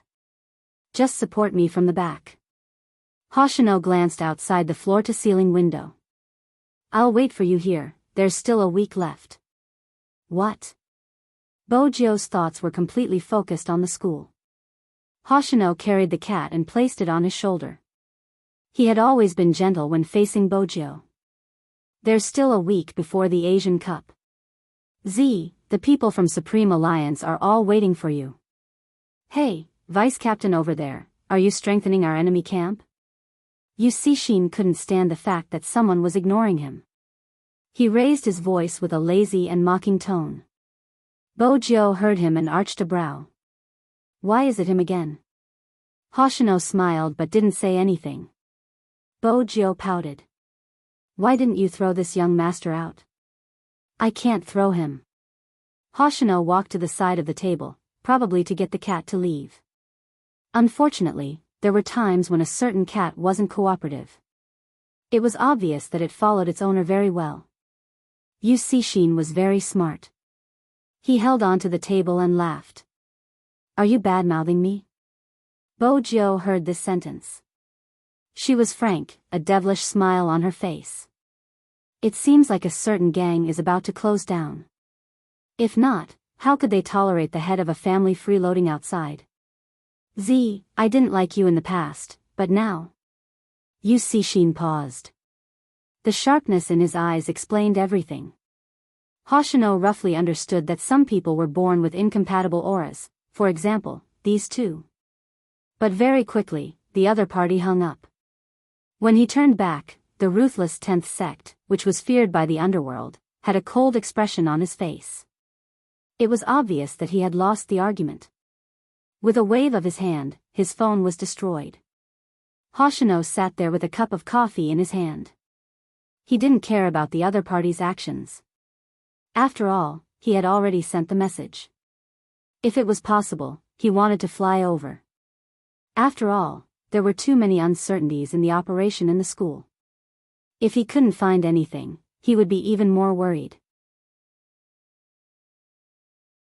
Of course, Bojo wouldn't come to this school without any preparations. No one could find the operation team. Young Master Tang could only provide her with such information. After discovering this phenomenon, the military had sent people to investigate in secret. Based on the information Bojo received, there were 3 teachers who came from the military. But strangely, no matter who came, they couldn't find anything strange. Ever since she found out about the mission Qin Mo had taken in the past, Bojo swore that she wouldn't let him fall into such a situation again. Since she was going to save him, she had to make things simpler. Little Blackie, find a place and wait for me. Don't forget to lock the door automatically. Bojo reached out, lifted the black bag, and slammed it onto her shoulder. She pushed the car door open and walked towards the middle school that wasn't far away. This time, she didn't have silver hair.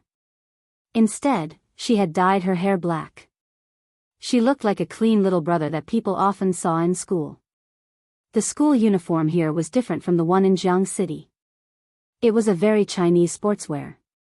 But even so, the clothes didn't fall down on Bojo. Instead, it made her look more refreshed. Bojo's blue jacket was half open and she wore a white t-shirt inside. Bojo appeared in front of the security guard. The security guard didn't stop her. He assumed it was a student who was late after the lunch break. But when did such a handsome boy appear in their school? The security guard was still questioning her when Bojo walked towards the teacher's office. She had always trusted Hoshino's efficiency. It was a perfect identity. When the teacher from the teacher's office saw Bojo, she glanced at the information on the computer. Then she lifted her head to look at the student. With this face, it was no wonder he had delayed his studies because of a girl. Even if you only stay here for a month, I hope you can integrate into our class. This year is very important to you. Also, our school forbids students from dating at such a young age. I want to make this clear to you first. I hope you won't make this mistake. Bo-jo smiled. I'll listen to you. The teacher nodded. She closed the information in her hands. I'll bring you to the classroom. The students in the class were very curious about the new student. After all, it meant that they had a new toy. However, when some of them saw the young man standing on the stage, they put away their thoughts and exchanged glances with each other. She reached under the table and pressed her phone. Did you see him? He's so handsome. He has canine teeth when he smiles. It seems like he has a good family background. We got lucky. Should we cancel the prank game? We must cancel it. Pull him in and let him play with us. That's a good idea. The few girls smiled at each other. When they lifted their heads, the youngster had finished introducing herself. The young man had already finished his self-introduction with a smile on his face. There are 2 empty seats. Which one do you want to sit on? The teacher asked. Bo-jo glanced up. Her gaze landed at the back. It was a place that every classroom had, the place where the broom and dustpan were. Similarly, many people weren't willing to sit there. Under normal circumstances, it would be empty. But in this classroom, it wasn't. Bo-jo retracted her gaze. She grabbed her bag and walked over. There was a person sitting there. His shoulders were hunched and his figure was slightly out of shape. But that wasn't the reason why Bo-jo stopped. It was because of the injury on her face. Even though it was covered by her hair, the injury was still visible. It wasn't obvious and others might not have noticed it. But Bo-jo was too familiar with it. She placed her bag down with a thud. Even the teacher from the teaching department frowned, but she didn't say anything. On the other hand, the girls narrowed their eyes. Why is he sitting there? He doesn't know the rules here. He will understand in a few days. That poor B** starred is really lucky. Wait and see. It was a chat group. Many people in the class were in it. Whoever wasn't in it meant one thing. That person had been kicked out by them. In essence, being kicked out meant abandonment. Those who didn't know anything and liked to lie were poor. They weren't fit to be with them. This was probably the easiest psychological cue to trigger at this age. Most of the time, the formation of such psychological cues was due to the environment. It was a simple matter. If the environment was different, the growth of the child wouldn't be different. In a class, if there were more than 10 students who liked to compare and use money to settle things, the atmosphere would change. Especially for girls. Gradually, the atmosphere would change. The change would be silent. Unknowingly, everyone's topic would change to, "Your shoes are so beautiful. Which brand is it? I want to buy a pair too." Or, "My dad gave me 1,000 today. I'll send red packets in the group or treat everyone to a meal. The phone is so hard to use. I'll change to the iPhone 7. Perhaps a long time ago, everyone was not like this. As for when exactly it started to change, even they themselves did not know. There was nothing wrong with spending money. There's nothing wrong with having too much money to burn. The problem was that the money parents earned in 3 days might only be enough for their children to treat their classmates to a birthday party. Every parent didn't want their children to look more pitiful than others in school. Hence, they would try their best to give them the best. But most of the time, the monster in the heart was nurtured. We gave them material things but we didn't teach them how to control it.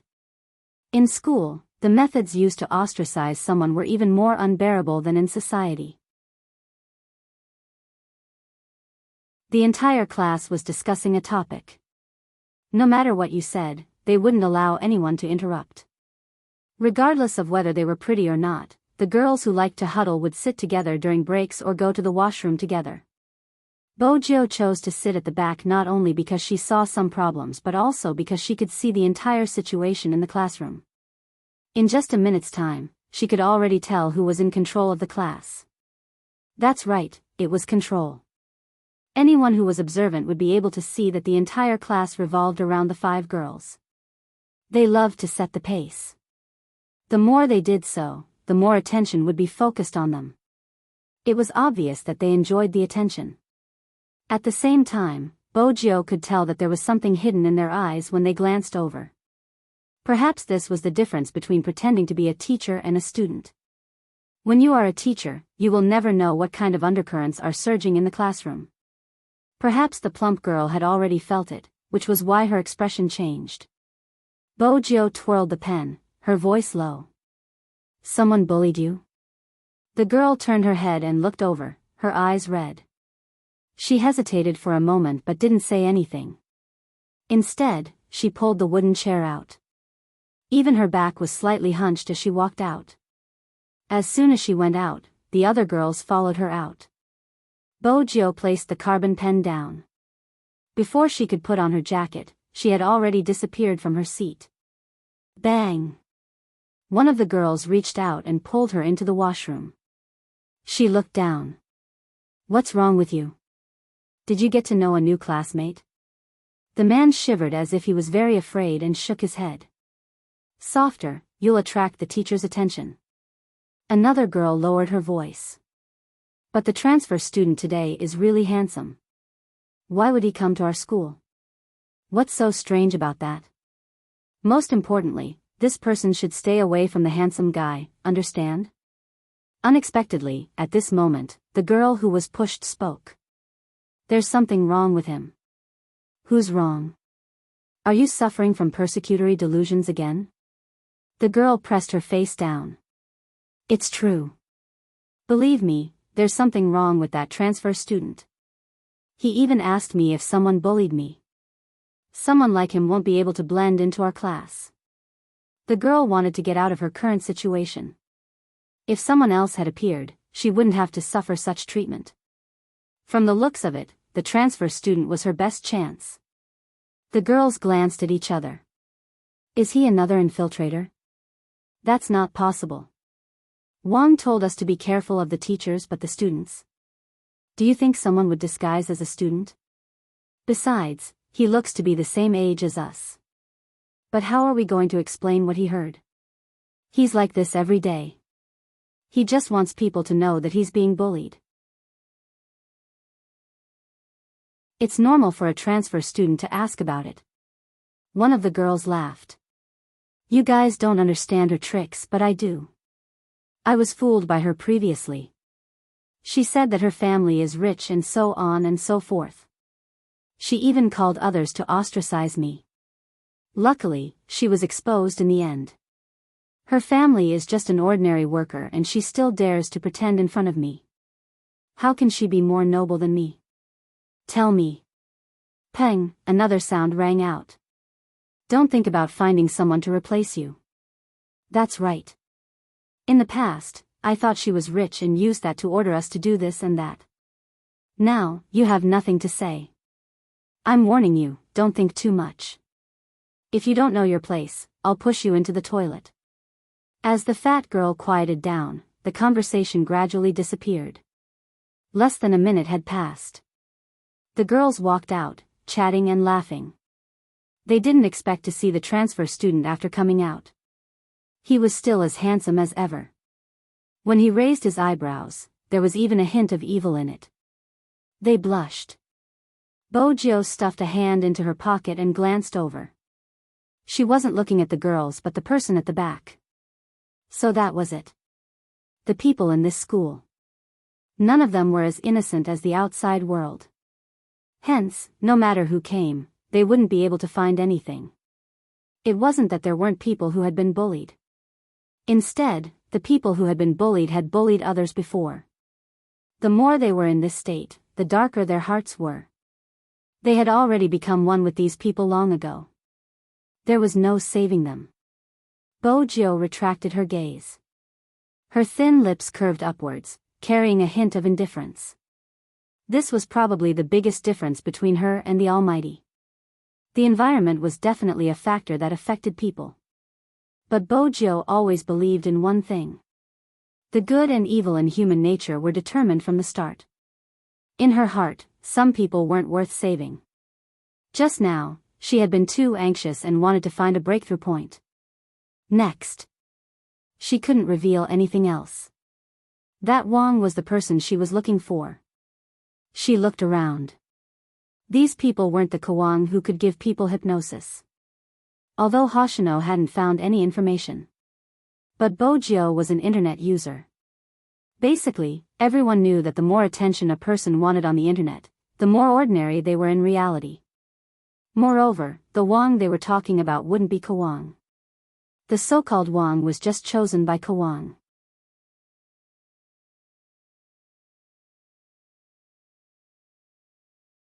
Chapter 12:24. Bojo took a step forward naturally. She stuffed her hands into her pockets. Excuse me. Her words were directed at the few girls. The colder she was, the more attractive she was. Moreover, Bojo didn't seem to have any intention of stopping. Her back view was slightly arrogant. He's really handsome. Someone couldn't help but speak up. She turned towards the fat girl. What did you say just now? Is there something wrong with him caring about you? He didn't even look at you, alright? Don't bother about him. Go and ask if anyone knows where he transferred from and if he has a girlfriend. At this age, it seemed like everything else would be thrown to the back of her mind. She would only have fantasies about handsome young men. Everyone had a young heart, even these girls. Very quickly, Bojo became the target of many people's curiosity.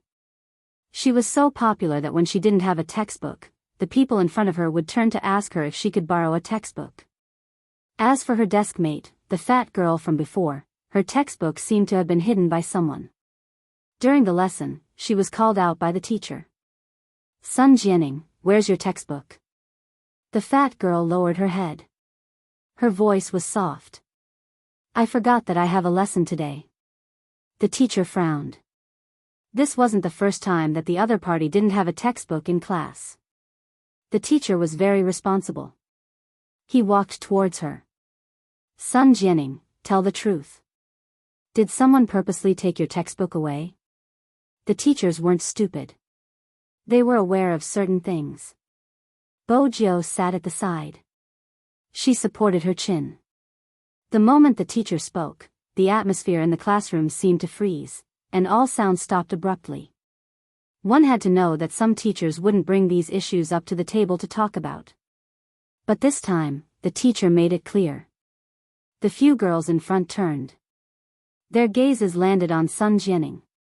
The darkness in their eyes made her lower her head. She continued, No, teacher, I really forgot that I have a lesson today. After the teacher heard this answer, he didn't know what to say. He sighed and asked the student in front of him to give him a book. There were some things that he couldn't do in every aspect. It was one thing for a student to have a problem, but he couldn't possibly find the problem himself. Moreover, the people in the office also told him not to get involved in this kind of thing. They couldn't do anything about it. This was proven by Sun Jianing. This girl had a bad temper in front of her parents. Once she came to school, her whole person changed. She never said anything about what happened. If she didn't point out someone, the teacher wouldn't be able to intervene in the students' private affairs. The simplest reason was that they couldn't control who was playing with whom. Seeing Sun Jianing sit down obediently, the girls over there laughed, and the classroom returned to its original state. The original textbook was hung outside the window. Almost all the students in the class knew about it, but they acted as if they didn't see it. In this classroom, there seemed to be a tacit understanding. As long as it was related to Sun Jianing, they would not care. Some people did it because they didn't want to interfere, while others knew very well that once they interfered, they would also end up in the same situation. Perhaps they would be the ones being ostracized. There was nothing wrong with people choosing to protect themselves. However, the self-protection in this classroom seemed to have changed. Because they were happy to have such a punching bag. Sometimes, a person's words could lie, but those micro-expressions would never lie. They were happy with the current situation. Some of them even gloated when Lu Jianing stood up. Hence, the problem wasn't with the girls. Instead, the entire classroom had become like this. That was the biggest abnormality. The atmosphere was something that was created by people. Bojo felt that there was an invisible pair of hands moving these people. It didn't need to use much strength, it just needed to amplify a little. Who could it be? Bojo seemed nonchalant, but her eyes were constantly sizing up every student in the classroom. Those few girls were the first to be excluded. As for the others, Bojo's gaze swept past them. Suddenly, her gaze stopped on another empty seat. There was still someone who wasn't here. Bojo's fingers tapped on the table subconsciously. This was usually an action she would do when she was thinking. She had a feeling. The few people who had been hypnotized had all transferred here. However, every single one of them was like an ordinary student. They hadn't been in the limelight and hadn't been ostracized. Yet, they just sat there. When he heard about this, the corners of his mouth were clearly rising. They were enjoying it. If King wasn't alone. Instead, he was a small group. Bojo's fingers suddenly paused. Once again, she turned to look at those few people. Even if the military came to investigate, due to their age, there wasn't any obvious violation of the rules. In fact, it could even be considered as a dutiful job. In that case, the information they found would always be superficial. It was simple, one person wouldn't be able to achieve anything. Anything that could achieve anything would always be handled by 4 to 5 people. There must be something she hadn't come into contact with. What exactly was it? Why? Bojo was still deep in thought when a voice asked, "Why?" It was Sun Jianing. Her eyes were dark as she glanced at Bojo. "Didn't you ask if I was bullied? Why are you acting as though you didn't see anything today? Is it fun to pretend to be concerned?" If one listened carefully, there was hatred in her tone. Perhaps, there was a type of person who didn't feel anything when she was bullied. But if you tried to help her, she would think that you were pretending. There were even times when she forgot how she behaved. Selfish and greedy. Bojo leaned back, her voice calm. "It's fun." "What?" Sun Jianing's eyes lit up. The people sitting in front heard their conversation. The few girls glanced at each other, completely at ease. How could such a person be a police spy? According to King, someone had written a letter saying that there was a bullying incident in their school. Hence, the police would be conducting a secret investigation. They were told not to be too obvious and that there would be a good thing in the next few days. As long as they performed well, they would be qualified to participate.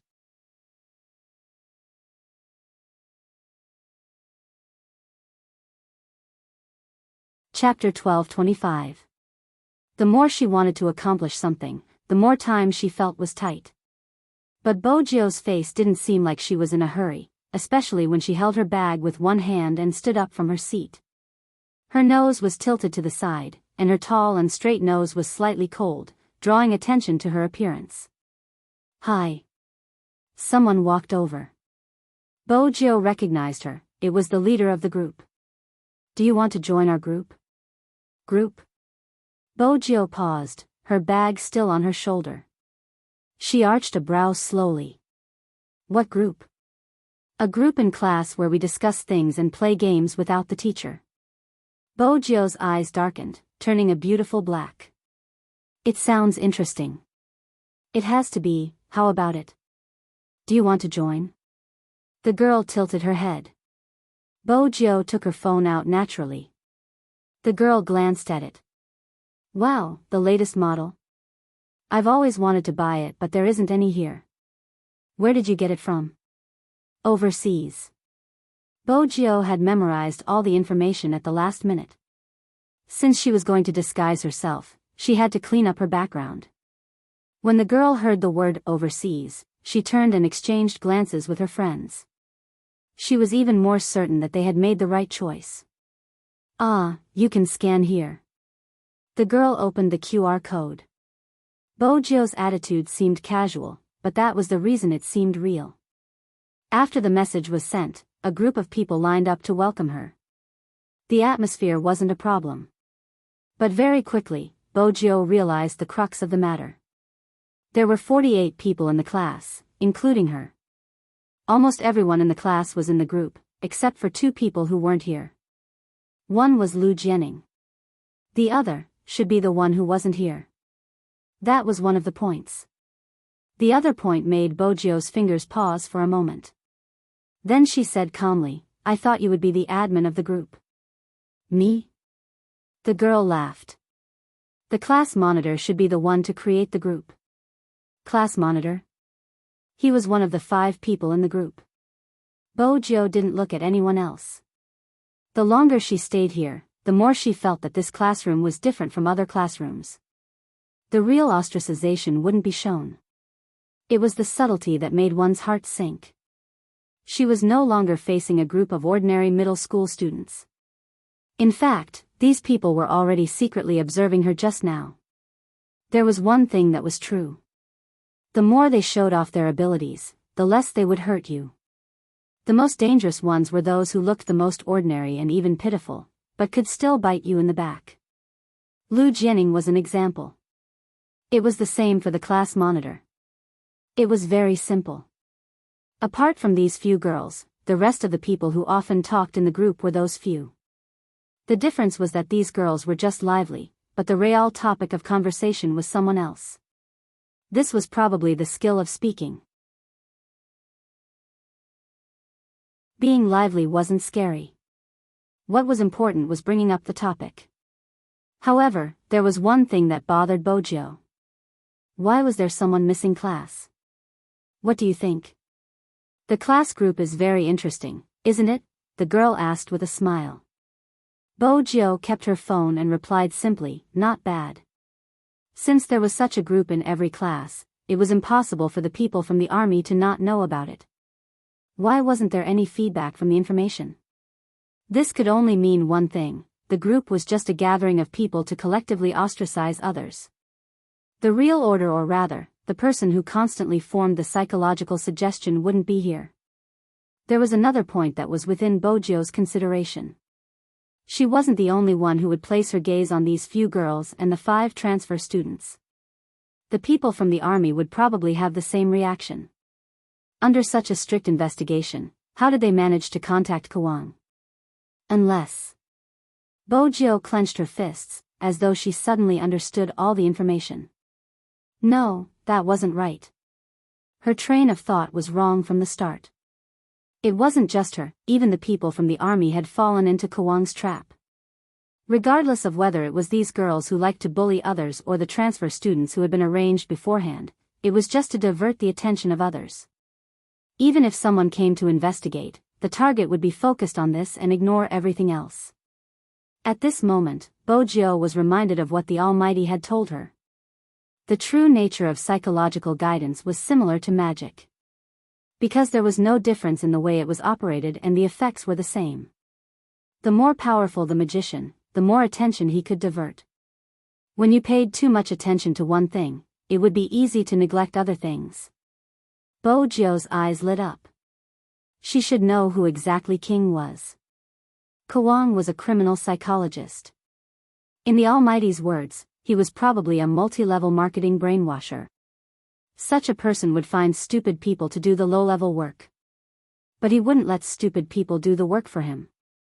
Hence, this king had to be smarter than anyone else and had a clearer vision than anyone else. The student who hadn't come. Bojo carried her bag. When there was no one behind her, she found a staircase and stopped. Then she moved and hid inside. When she unzipped the bag, the contents were revealed. They were all electronic devices. Laptops, chargers, and small listening devices. No one had noticed that while they had been chatting with Bojo, the listening devices had been spread out and placed on their bags. Bojo didn't seem to care if the floor was dirty. She leaned against the wall and opened the small laptop. Without a second word, she used the school network to enter from the inside. She avoided the firewall and used the virtual IP address to tamper with the program, locking onto the student's file. In less than a minute, a photo appeared on the laptop screen. It was a boy. He had decent looks and even seemed gentle. Perhaps it was because of his gentleness. His face looked a little sickly. From the information, he seemed to come from a wealthy family. But the reason for the long leave was very vague. Bojo glanced at the description. Poor health? What else? Bojo was just about to pull the preview down when the screen stopped. Suddenly, the sound of footsteps could be heard from the other side. Bojo's fingers paused.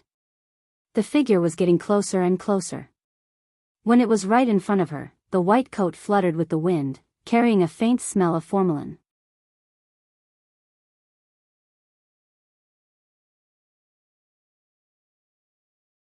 Chapter 12:26. Bojo stilled. The man bent down, a smile on his face. Why are you hiding in such a place? Bojo tilted her head. She seemed to be trying to cover the screen.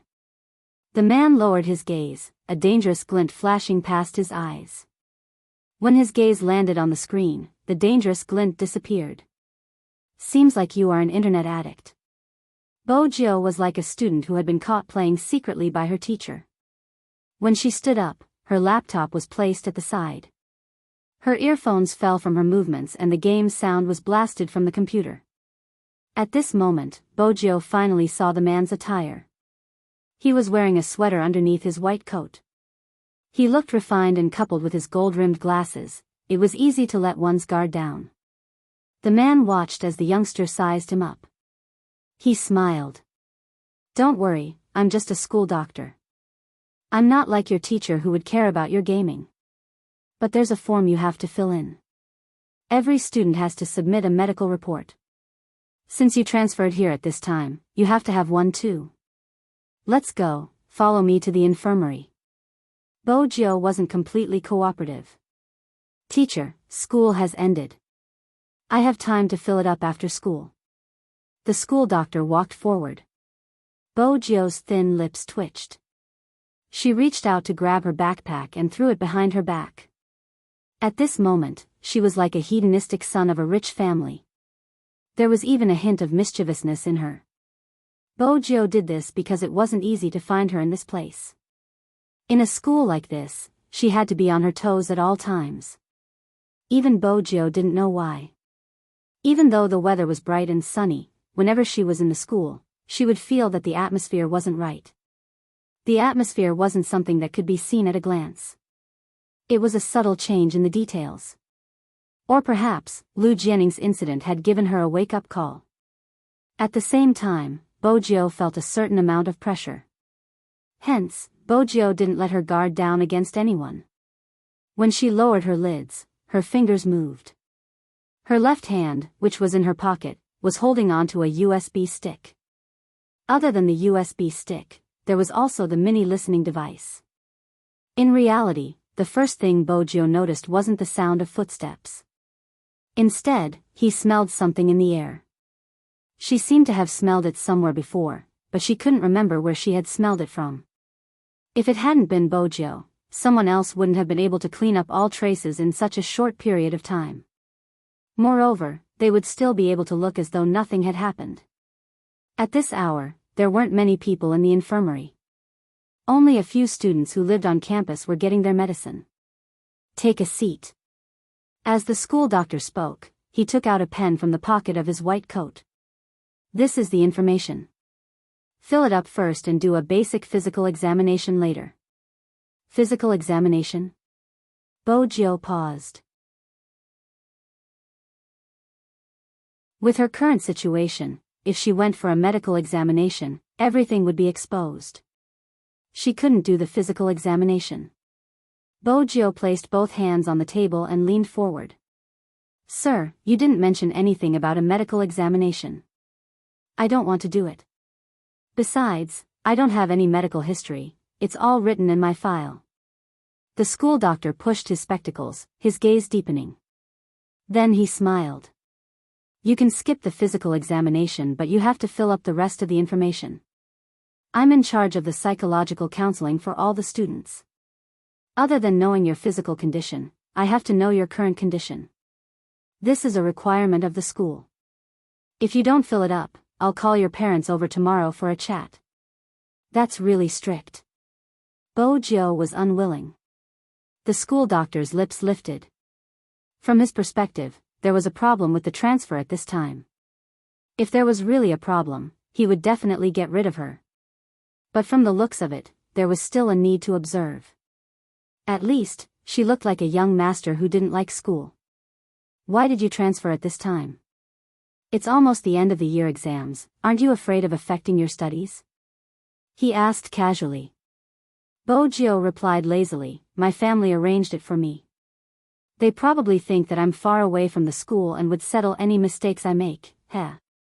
The school doctor pushed his spectacles up the bridge of his nose.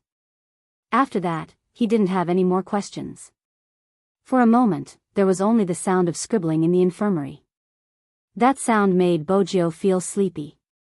Until her phone vibrated in her pocket. Bo-gyo shook that feeling off. She swiped her fingers across the screen and glanced up. Sir, if there's nothing else, I'll be leaving first. I have an appointment with a classmate. You've just arrived and you're already acquainted with a new classmate. It seems like there won't be any problems. The school doctor placed his pen down. Bo-gyo asked casually, what problems will there be? That will depend on the students themselves. Some might encounter difficulties when they try to blend in. The school doctor smiled. Then, he stopped. Bo-gyo was still thinking about the person who hadn't come to school. She didn't notice anything strange about the school doctor. But she understood one thing. She shouldn't ask any random questions here. Even though she was interested in the difficulties the school doctor had mentioned, Bo-gyo didn't allow herself to show it. Instead, she seemed to be in a rush, carrying the impatience of a youngster. The school doctor sealed all the documents. It's fine if you're just classmates, but the school doesn't allow for a relationship. With that, the school doctor waved his hand, indicating that she could leave. Bo-gyo was about to lift her bag when the person on the other end spoke again. Oh right, you aren't allowed to bring your laptop either. Leave the laptop in your bag with me for now, I'll pass it to your form teacher. Bo-gyo turned towards the direction of the voice. The school doctor's hand was already on her bag. Even the laptop? The school doctor bent his fingers, tapping the school rules on the table. There was indeed a rule that forbade anyone from bringing any electronic products into school. It specifically mentioned laptops and phones. As a student. On the surface, she was a student.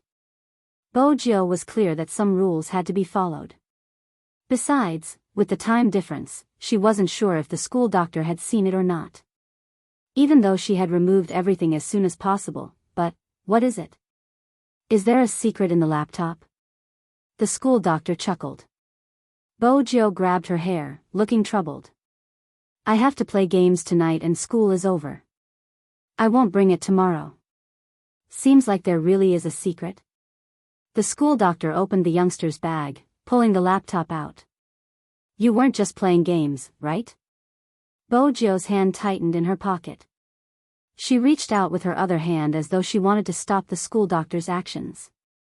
But it was obvious she wouldn't be able to make it in time. The laptop was flipped open, the screen lighting up. The school doctor glanced at the video on the table, arching a brow. You're watching such a thing? Bo-gyo reached out, closing the laptop. Her face was flushed. The school doctor chuckled. That's normal, who hasn't been young before? It isn't appropriate to hand such a thing to your form teacher. Look at the school rules, it's better not to bring such electronic products in. Bo-gyo replied, returning the bag to her hands. In that instant, the school doctor hadn't seen anything, such as the video recording. Bo-gyo had closed the laptop at the right time. The video was enough for many to ignore the small logo at the bottom of the screen. The clock on the wall had struck 6. There weren't any other students in the infirmary at this moment. A faint yellow light shone in. Bo-gyo hadn't noticed the gaze of the school doctor behind her. His gaze was deep and probing. The next moment, the phone rang. The school doctor picked up the phone, placing it by his ear. Hello. Fan Jia, you're back. I've checked the information, there aren't any problems. It was Scorpion. Should I contact Prince?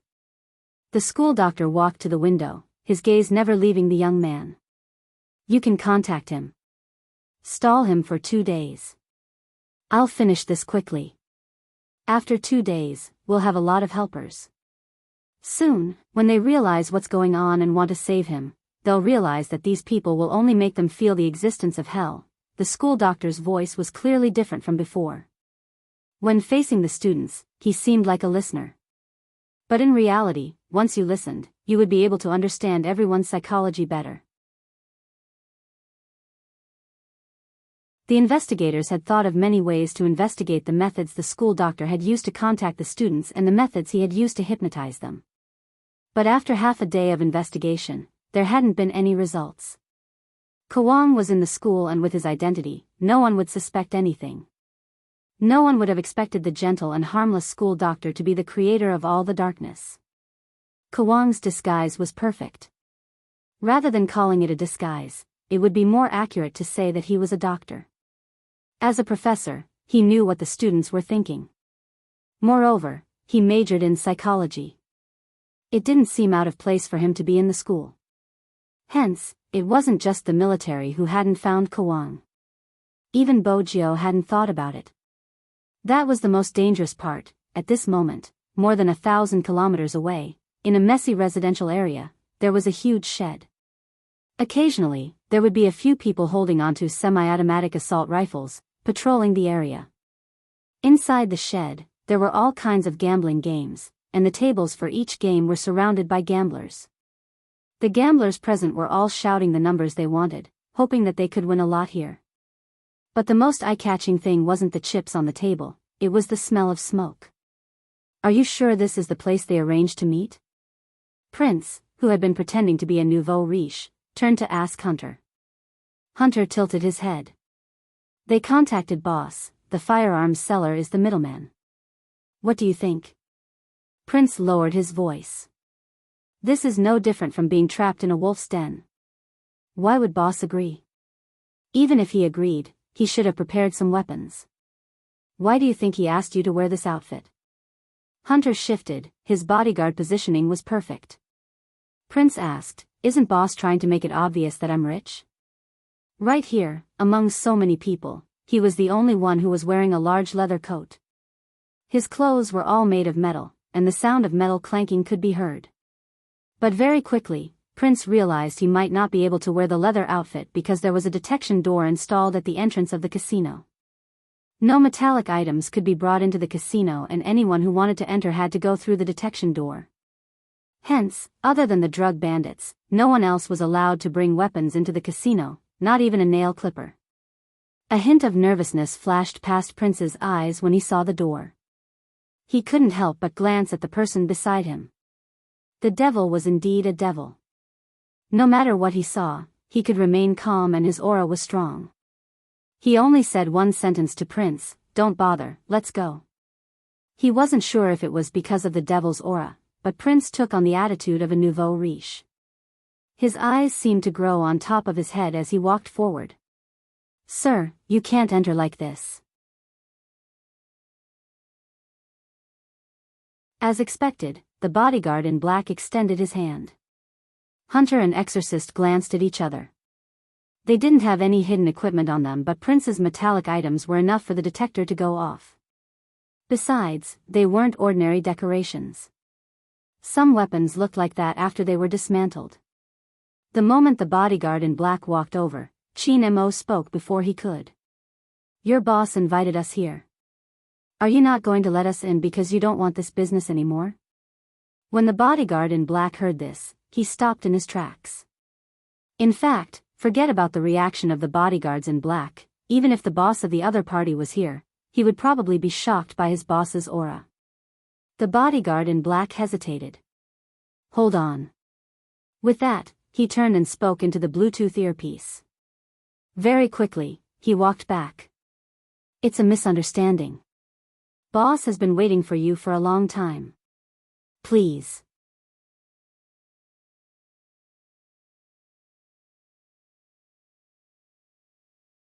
Chapter 12:27. Let them in. Scorpion glanced at the screen in front of him. From the moment they had entered, Scorpion had been watching their every move. There was no sound, but he could see their actions. It was indeed as the rumors had said. He wasn't sure about other things, but in terms of money, they shouldn't be faking it. He was afraid that there would be other problems. But since nothing had happened on Old Q's side, it proved that this group of people could try to interact and hold them back. Scorpion stood up with his wine glass, reaching out to turn off the screen. At the very least, he couldn't let them know that he was observing them. Change to another room. Yes. The people standing at the side were all carrying long guns. Gun ownership was legal in Country T. Moreover, in such a place, no one would care. But recently, Country T had been putting in more effort to deal with drugs. That was why Scorpion wanted to clear the goods in his hands as soon as possible. It was easy in Country T, as long as there were enough profits, there would be people who would give them convenience. The difficult part was the exit. Even though they had many overseas markets, their biggest market was China. China had already joined forces with many countries to exert pressure on the TM region, as though they were determined to eradicate them. But in this place, some laws weren't useful. Hence, they couldn't use China's methods. They were worried that the other party would try to get information out of them. They weren't afraid because no one could find them in the Golden Triangle.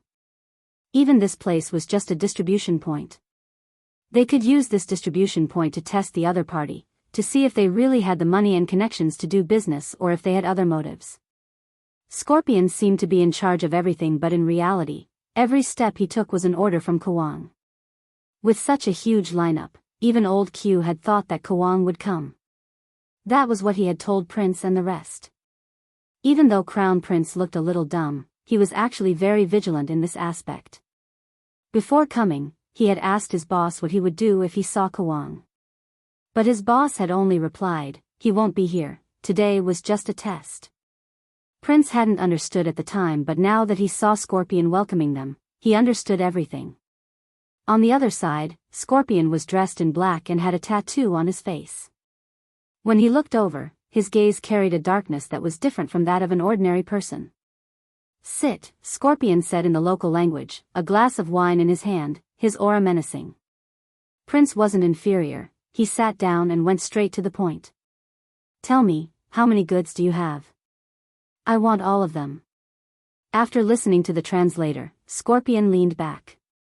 "We do have a lot of goods, but the current situation is that China's control is very strict. I have a lot of connections that I can't use, and we can't even get through the customs. Our people can't just take out the goods casually, and it's impossible to estimate how much we have. Old Q should have told you that we have a special plantation base, and the quantity is easy to handle, but how can you guarantee that you can enter the border? Old Q should have told you about the goods." In order to feign ignorance, Crown Prince waited for the translator to finish before replying, "Of course we have our own ways." Scorpion raised an eyebrow. "I want to know the specifics." "Specifics?" Prince's fingers paused, but he didn't speak. After all, ever since he came in, his every move had been planned by his boss. If Prince were to explain in detail how to avoid the customs, he wouldn't be able to. On the other side, Scorpion was still looking at him. Seeing that he did not reply immediately, his eyes gradually narrowed. Prince knew very well what those gazes were. Guesses, suspicions, and even danger. His hand tightened on the handle of the chair. The surrounding air turned cold as well. His heartbeat also changed accordingly. The people standing at the side were all armed with guns, and they were all looking over. The atmosphere was extremely tense. Scorpion was about to ask another question. Chin Mo, who was standing at the side, said casually, "The specific method will affect the interests of some people. Our boss has connections with the customs. It's not just the customs, we also have connections with other places. This is the most important aspect of doing business in China. We can't guarantee that every batch of goods will pass, but we will be able to hear the news. How can the checks not be strict? The reason our business is so big is also because of our connections. Qin Mo's words were very realistic. In less than a second, Scorpion's expression clearly changed after listening to the story. All these years, he had been trying to build his own connections in China. But later on, he realized that he needed a background to achieve that. At this point, everything was clear. It seemed like they weren't just rich, they were probably from an old family in China. Previously, when they were at Old Q's place, he had heard their conversation. The person in the leather trench coat was just a rich second-generation heir. The real decision-maker was the investment consultant. At that time, he hadn't understood why such a capable person would be willing to work for a rich second-generation heir. But now, everything was clear. It was because of his family background. Scorpion raised his hand and pressed it down.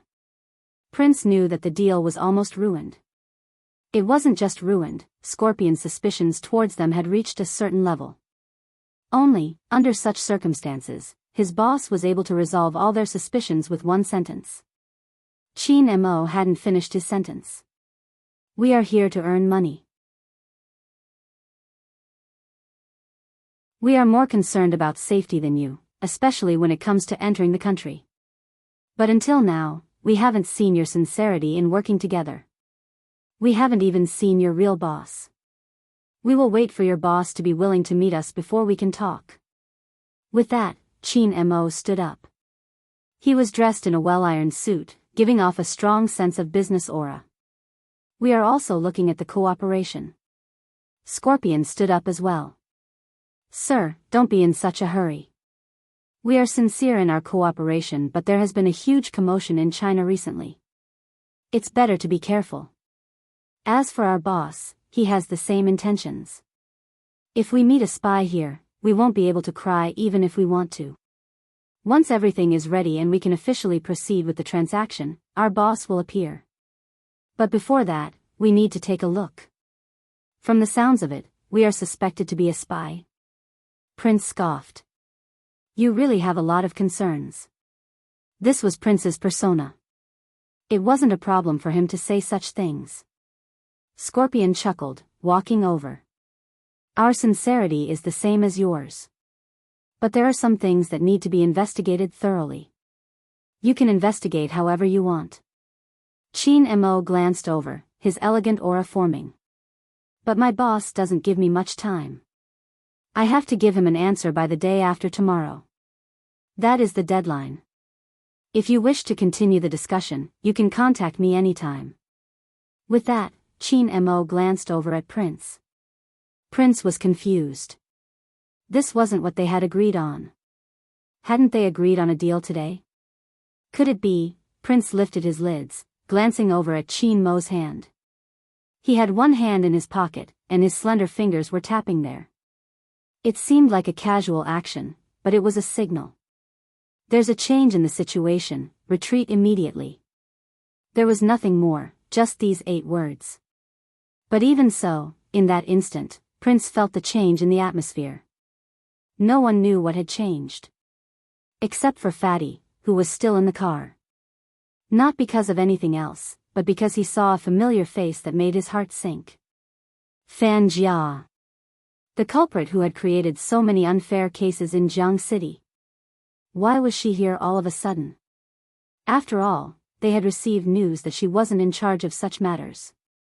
Therefore, when Fatty saw that face, he immediately sent a message to the inside. He could only send a message once because that was the extent of his infiltration. Especially when Fatty thought of something else. That Fan Jia seemed to have seen their boss before. Fatty's eyes widened. He tried to contact his boss for the second time. The situation inside was complicated. Before the discussion was settled, Scorpion wouldn't let Qin Mo leave. Hence, it was inevitable that time would be delayed. When Qin Mo heard that she had already entered, his gaze deepened. Boss, you need to think about it. We need to think about it too. If you really think too much, you can arrange some entertainment programs for us. As for the official matters, we can discuss them after your investigation. Scorpion chuckled. That can be done. We don't have many things here, but we have plenty of entertainment programs. Prince listened at the side. He didn't understand why his boss had brought up this topic and even mentioned entertainment programs. But deep down, he knew that it was directly related to the change in the situation. Magician and Hunter had been on many overseas missions. It was just that during this kind of mission, the other party had never found a beautiful woman to accompany them. The most important thing was that boss actually picked one out of the bunch. His lips curled into a faint smile. The rest are yours. The girl who was chosen felt her heart almost jumping out of her chest. She had never seen such a charismatic man. This time, she was really lucky. Whether it was Hunter or Prince, they couldn't accept the fact that their boss had chosen a girl just like that. Under normal circumstances, their boss would reject all women.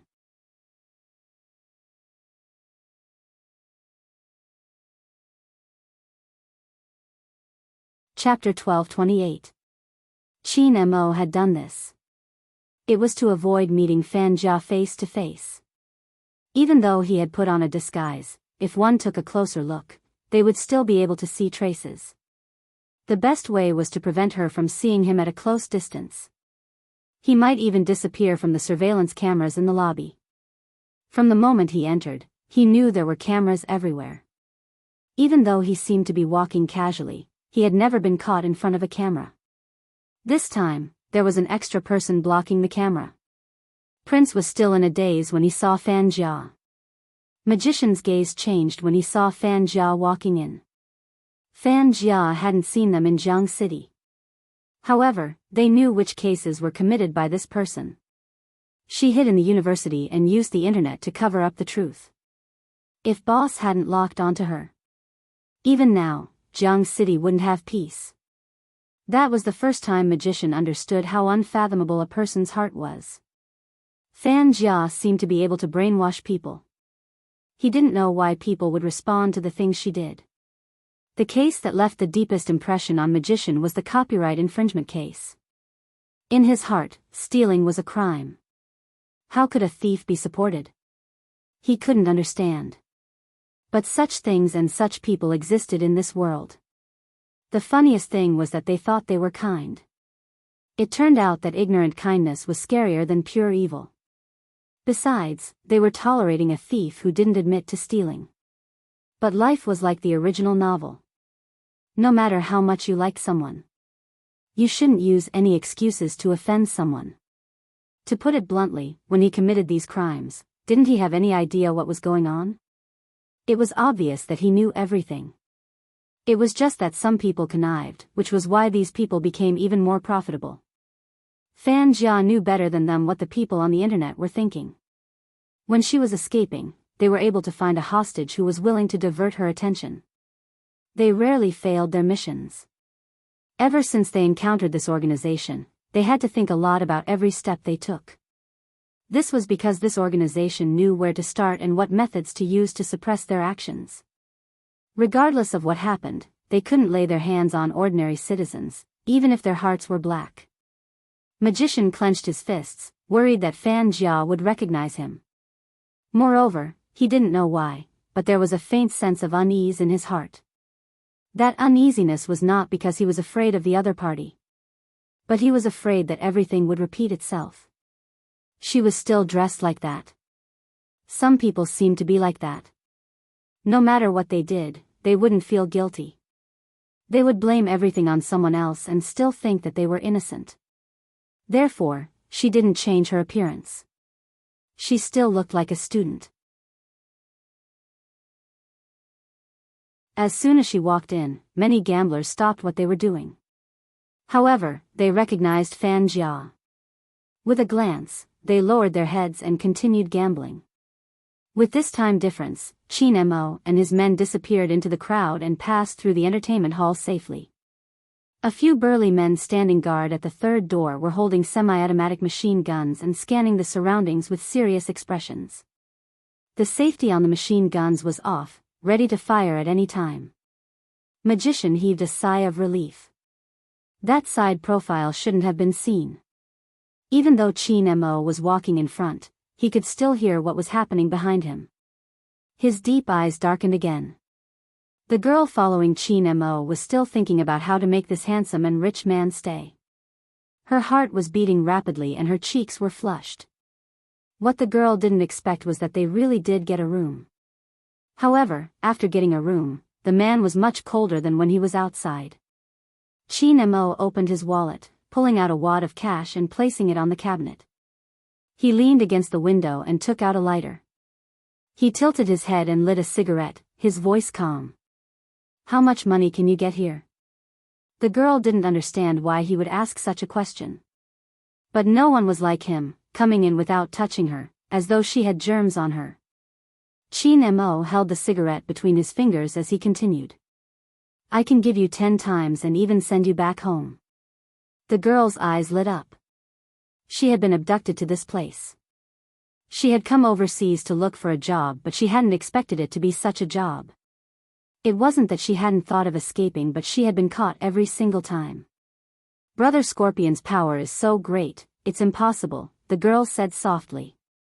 Chin Mo replied slowly, "We are working together, he will do me this favor." The girl's eyes lit up. She was curious as to how the man knew she wanted to return home. It was a pity that the man didn't seem to want to talk to her. "Do you agree or not?" The girl blushed again. "Okay. Then create a commotion. It has to be bigger than the one next door." With that, Chin Mo put out the cigarette in the ashtray and reached out to open the window. The girl instantly understood what he meant. But even though she understood, when the man disappeared from the window, she couldn't help feeling disappointed. That kind of person probably wouldn't be interested in people like her. The girl walked over and kept the money on the cabinet. In the entertainment hall, Fan Jia didn't say much. Instead, she lowered her voice and whispered into Scorpion's ear, "Where is the consultant that you mentioned? Once I meet him, I can investigate his identity. If you had come earlier, you would have been able to see him, but now..." Scorpion smiled. "He's still busy inside. All of them are here. You can take a look. The one in the leather coat is the young master inside. He's stupid but has a lot of money. His father should have a strong background there. Go check it out. If there's no problem, we'd better close the deal as soon as possible. After all, we're not the only ones they want to work with." Fan Jia glanced over at Prince, who was gambling. She watched his extravagant lifestyle, the way he hugged the girl so skillfully that she couldn't see any problems. But this was her master's order, she couldn't make any mistakes, she had to make sure everything was right. "Bring me to the consultant." Fan Jia's eyes sank. "The room is the only place without a surveillance camera, how can you be sure he is fine?" Scorpion's fingers paused, as though he had realized the problem as well. He led Fan Jia in. Magician and Prince looked like they were indulging themselves, but in reality, they weren't looking at the wine, they were looking at the images reflected through the wine glasses. When they saw the two of them heading in the direction Chin Mo had gone, their hands tightened around the wine glasses. Magician almost bolted up from his seat, but without his boss's orders, none of them could move. Hence, he could only panic. Why did the two of them go to the boss's side? Did Fan Jia notice something? No, that wasn't possible. Fan Jia shouldn't have seen anything at that moment. Magician told himself to calm down, but those who hadn't experienced the previous mission wouldn't be able to understand the feeling. His fingers couldn't help but reveal some of his emotions. At this moment, Prince bolted up from his seat. But his actions were much more natural, he pushed his cards forward. Boring. He tilted his head and looked at his nominal bodyguard. "Let's go somewhere else to play." When he said this, Prince glanced to the side. His meaning was obvious, he wanted Magician to pay attention to the camera. If he wasn't careful, he might be caught. Magician released his hand, breaking into a smile. He seemed to have found his previous self, unrestrained and unrestrained. "I think it's a good place. Young master, shall we go for a walk?" "Let's go." Prince heaved a sigh of relief. He wasn't sure what was going on, but he could sense his comrade's emotions. The emotions were definitely related to his boss. The two of them glanced at each other. Prince took a step forward, still looking like a rich second-generation heir who reared fur and walked his dog. At this moment, Fan Jia and Prince were almost at Qin Mo's room. Scorpion wanted to signal for the person behind him to take out the key to open the door. Unexpectedly, the moment he pressed on the doorknob, the ambiguous sounds came from the room. Fan Jia heard it too, frowning. Scorpion chuckled. "See, I told you that you are overthinking. You don't understand, no matter how capable a man is, he will fall for such things. Who would think about whether there is a camera in the room when they are working?" The sounds grew louder. It was this sound that dispelled most of Fan Jia's suspicions. Someone so obsessed with women didn't seem like someone sent by China. Just as this thought settled in her mind, someone walked over. More people walked over. It was Prince and the rest. Prince looked as though he had just met them. Then he smiled like a rich man. "Boss Poison, what are you going to do?" "I wanted our expert hacker to meet consultant. Even though she doesn't appear often, she should be able to find something online. She should be able to chat with consultant, but I didn't expect him to be busy." Gambler's words sounded like he was being straightforward, but there was a small trap hidden in it. He wanted to see how they would react when they heard about the expert hacker. After all, no matter what kind of spy they would be afraid of finding out their true identity. Prince reacted, his face filled with excitement. He even whistled. "Expert hacker? So amazing. Like 007? When are you going to show me?" Scorpion wasn't going to let them know how amazing Fan Jia was, he had only mentioned it to see their reaction. Now that Prince had asked him, it wasn't easy for him to reply. He could only change the topic. "There's quite a commotion here, it isn't a good place to talk. Let's go somewhere else." "That's fine too." The Crown Prince shouted towards the door, "Advisor, take it easy." He said that so that his image wouldn't collapse. But Prince's heart had already collapsed. Well, what was going on? Boss, was it for real? That voice couldn't be faked, indeed, it couldn't be faked. But no one knew that the girl had been alone in the room the entire time. Young Master Qin had already landed. His movements were swift and nimble, not making a sound when his feet touched the ground. In a place where there were no cameras, he would not have so many scruples. He strode toward the business car parked not far away. Fatty, who was still anxious, made a decision to contact the higher-ups to get her back. Regardless, it was more important to keep her safe. There was a swoosh. The car door was pulled open. Fatty's eyes widened as he stared at the noble face. He couldn't help but ask, "Boss, why are you here? Is it strange that I'm here?" Qin Mo's voice didn't change at all. Fatty opened his mouth, wanting to ask how it wasn't strange. "Shouldn't you be in the room?" But when he glanced at his boss's aura, he didn't have the courage to ask. Qin Mo sat down, tilting his head towards the commotion outside the car window. "From now on, stop all intrusions to prevent them from noticing anything. Go in and ask them to come out, it's time for them to have a taste of the cold." "Yes," Fatty replied before alighting. Qin Mo dialed a string of numbers.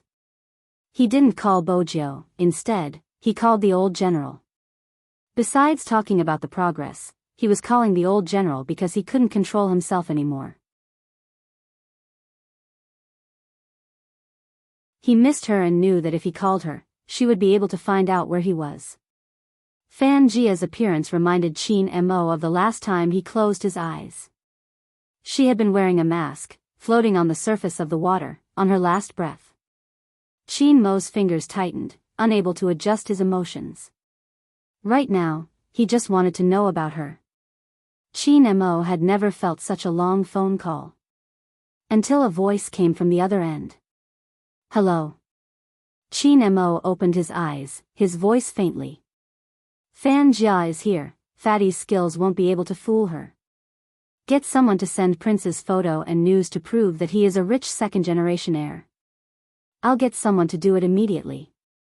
The old general's expression was solemn. This was a critical period and he was afraid of missing out on a call from Qin Mo. It was best if they didn't contact him when he was out for an overseas mission. Qin Mo had mentioned that he would contact them if anything happened. "How are you guys? Are you alright?" The old general was still worried about their safety, especially if they had a hacker. Their communication would be a problem and they would have to deal with Kawang as well. Qin Mo replied, "You guys disguised yourselves well." The old general heaved a sigh of relief.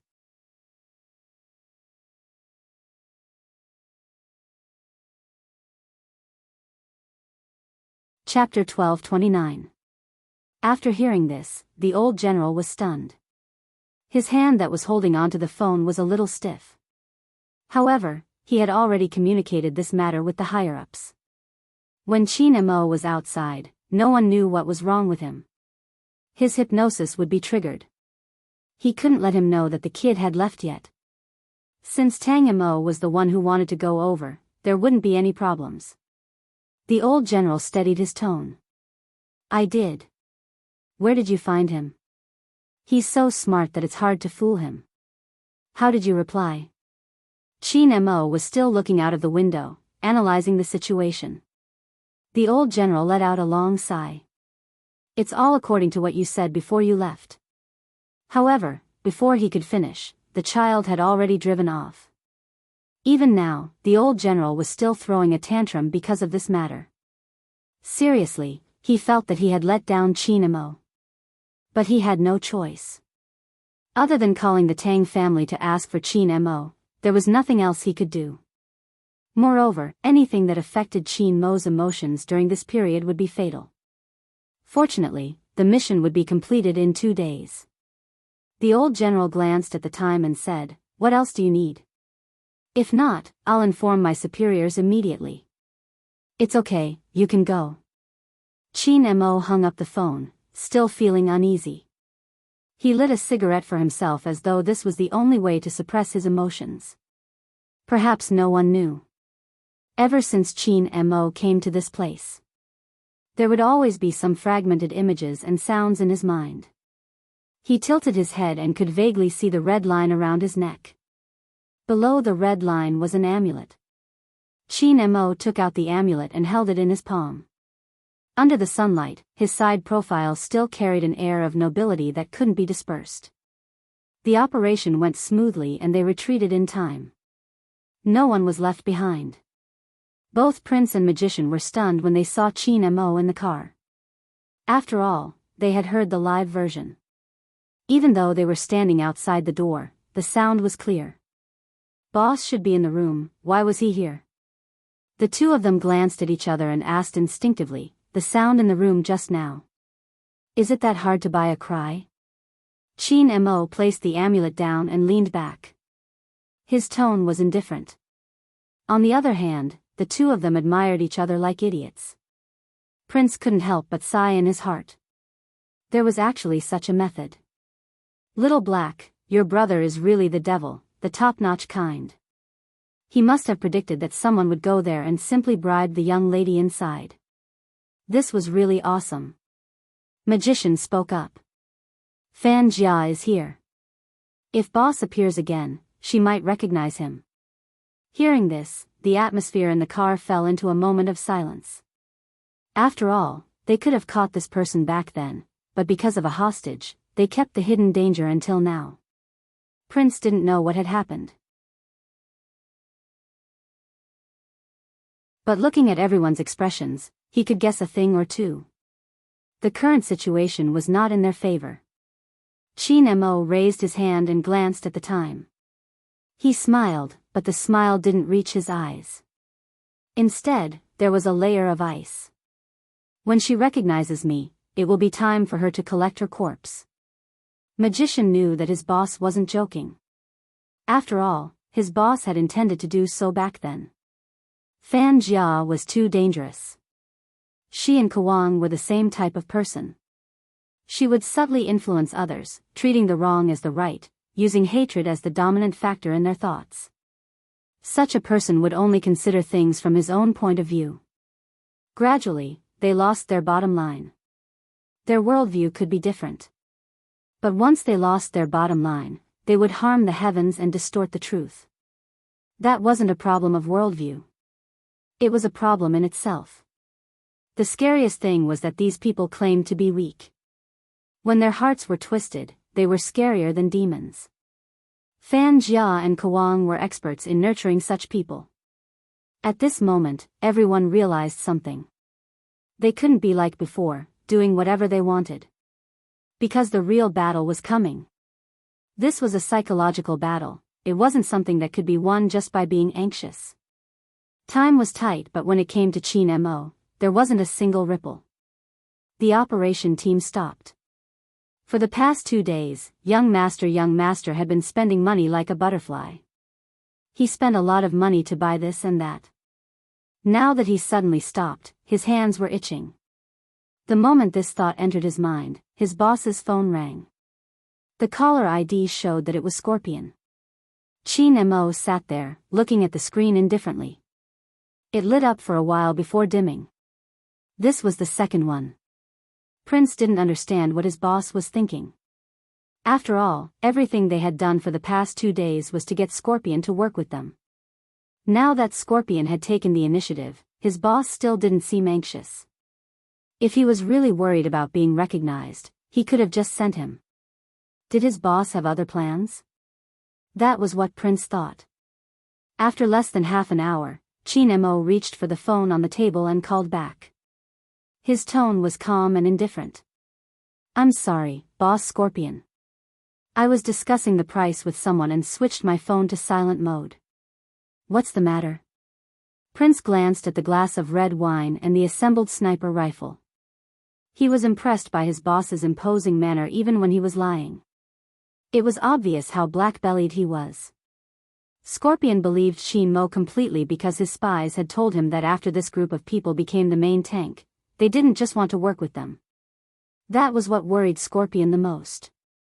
He smiled and said, "I've already told my boss what the consultant said last time, but he hasn't replied yet." "As for the consultant, I hope he won't be unable to get through." Scorpion was a deep thinker and thought about many things. With the cold weather, Scorpion started to worry that this batch of business would be snatched away. Hence, he didn't pay much attention to Qin Mo's identity anymore. Qin Mo still didn't show much enthusiasm. Scorpion hung up the phone. He narrowed his eyes and dialed another number. In the infirmary, a school doctor looked at the caller ID, turned off his phone, and put it in his pocket. When he passed by a certain class, the corners of his mouth curled up. He glanced at the police who had infiltrated not far away and pushed up his glasses. So what if they found out that there was something wrong with this class? Some people had always been like this. And as the creator, he was merely guiding them into what they should be. If he could settle things here as soon as possible, he could go back and meet up with those people and see what kind of people they were. He could leave the rest to that child. After all, he had never disappointed him before. Regardless of whether it was in terms of making up stories or guiding willpower, he was good. Those foolish people thought that the problems in this school were recent. What a joke. He had chosen this place because there had been problems since a long time ago. He was well aware of the environment in which children with wild beasts would be born. He also knew that they would infect each other. After a long period of incubation, coupled with some acquired factors, it would explode. Kawang was satisfied with such an environment. The girls would let the soft-hearted one run around to buy things. Everyone seemed to be laughing together, but in reality, they were laughing because of her. Was it the girls' fault? Yes, they were. However, such a phenomenon was never a one-sided phenomenon. Compared to bullies, Kawang preferred those who didn't dare to retaliate even after being bullied. Oh, no, it should be said that when someone wanted to resist, some people who were not involved would make all sorts of sounds to suppress that voice. Those who made sarcastic remarks and couldn't tell right from wrong were more suitable to be his fodder than bullies. After all, everything complemented each other. Dr. Wu, the school will be screening a movie tomorrow. They said it's a good movie for the students. The students liked the one that was screened last time. Do you have any good ones? Kwang glanced over, looking refined and elegant. Of course. That's great. The teacher in charge of screening the movie chuckled. Yes, that's great. Be it the time or the location, everything was perfect. Kwang walked forward. The teacher watched the back view of the school doctor with a frown. Did Dr. Wu's legs catch a cold? Why did he seem to be walking awkwardly today? But the teacher didn't think too much about it. When he glanced into the classroom, he realized that the new transfer student wasn't in school. Indeed, Bojo wasn't in school. Instead, she was in her school uniform, a school bag slung over her shoulders. She pressed the doorbell naturally. Coming. The woman opened the door. When she saw the youngster's attire, she was slightly taken aback. You are? Bojo smiled, revealing her canine teeth. She was radiant, her hair still dripping with raindrops. Hello, Auntie, I'm Li Jin's classmate. My teacher saw that I lived nearby and asked me to inform him that there's a movie tomorrow. Also, this is his book. The woman was puzzled. Since when did her son have such a classmate? But her son wasn't a talkative person. He didn't even go to school recently. The woman had wanted to ask about the situation, but it seemed like there wasn't a need. Little Jean went out, he'll be back in a while. The woman was a gentle person. She watched as it started to rain. The weather is really bad, it's sunny one moment and then it's raining the next. Is your house far? Bojo didn't reply. Instead, she sneezed and reached out to rub the bridge of her nose. She was drenched in the rain because of her son's book. The woman couldn't let her leave just like that. Child, come in and hide from the rain. You can leave after the rain subsides. Thank you, Auntie. Bojo was obedient.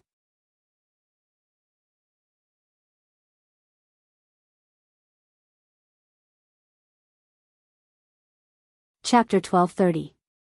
Li Jin was the only one who was absent. Regardless of whether her guess was right or wrong, she had to interact with him to find out more.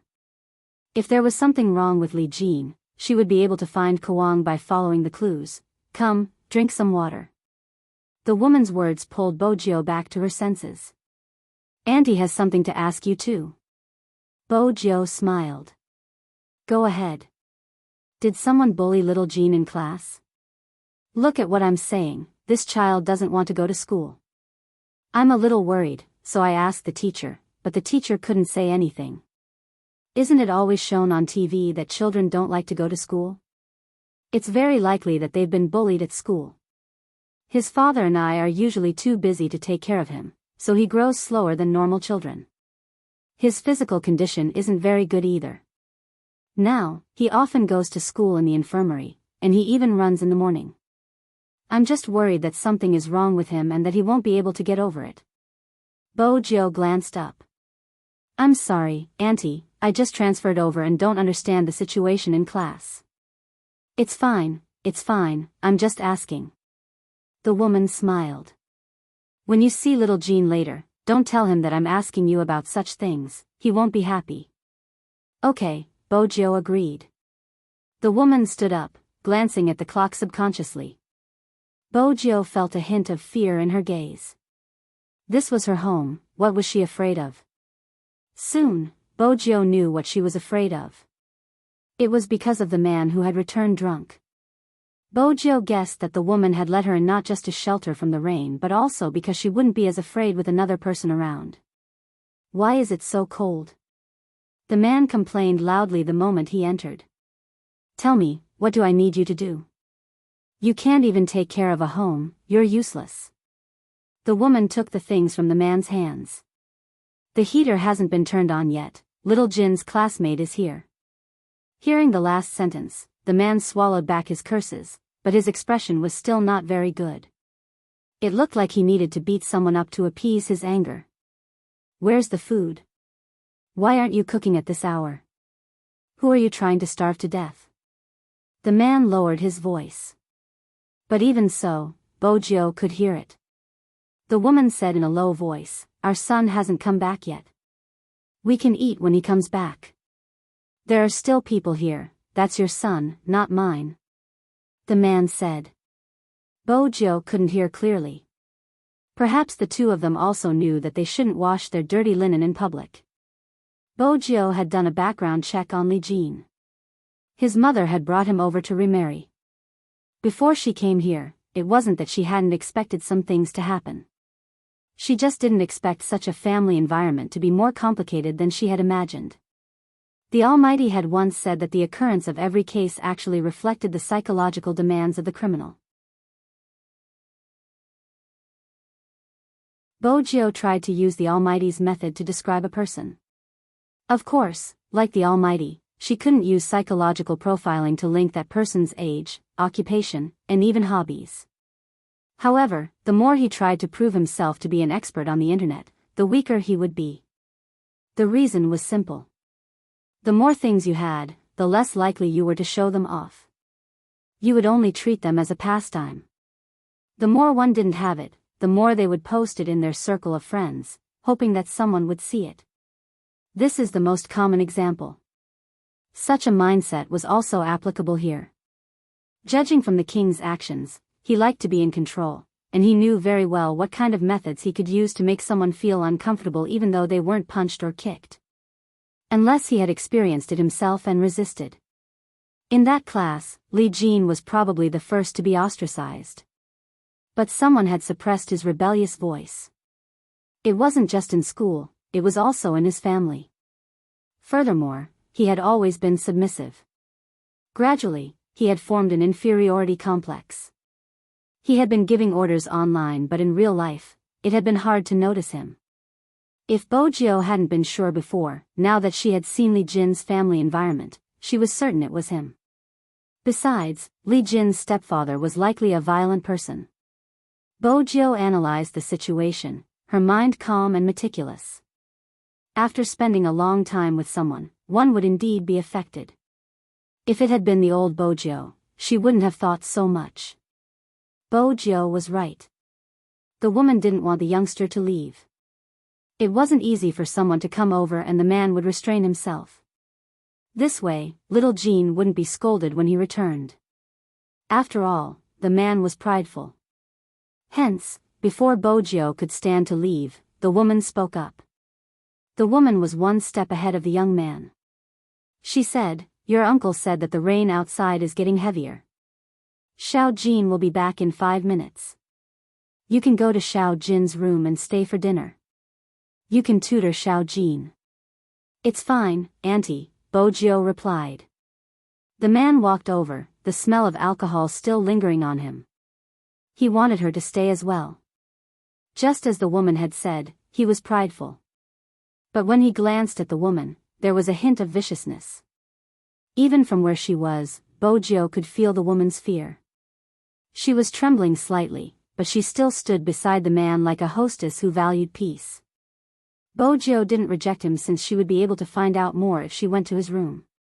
Besides, she had seen movies about domestic violence and understood that if such a marriage continued, the woman would probably be unwilling to leave. In China, marriage was more important to women than to men. Every single one of them had fantasized about marrying their Prince Charming and living a blissful life. But gradually, some problems would surface. They would realize that the person they liked wasn't the person they had imagined. He would fall in love with others because of the temptations of the outside world. Sometimes, it would be because he was under pressure and wanted to find excitement. Sometimes, it would be because the girls outside were young. He would think that they were flowers and you were an old woman. He would even beat you up. He would beat you up when he was drunk, beat you up when he was angry, and beat you up when he was unhappy. At the start, it would be unbearable. After all, this wasn't the life you wanted. Countless people would come out to persuade you to bear with it. Even if it wasn't for yourself, you had to bear with it for the child. You couldn't divorce. If you divorced, what would people say about you? What would happen to the child? Hence, you would bear with it. The man who begged you to forgive him wouldn't cherish you anymore. Year after year, day after day, you would get used to such a life. If someone gave you a chance to retaliate, you might think that they were a busybody. After all, you just wanted your husband to treat you better. You didn't really want to leave him. This was part of the domestic violence family. Because no matter what happened, no matter how severe the beating, she was still his wife. What? How could he control his wife? His wife was willing to let him beat her. This was something that was often heard in court. Such a man wasn't hateful. He was hateful. But the funny thing was that once a woman stood up to resist, she would sue him in court. Some people would come out and make superficial comments. She even sued her own husband. What is this woman thinking? Isn't it just her own man cheating outside? It's obvious that he seduced her outside. She can just settle the score with that person.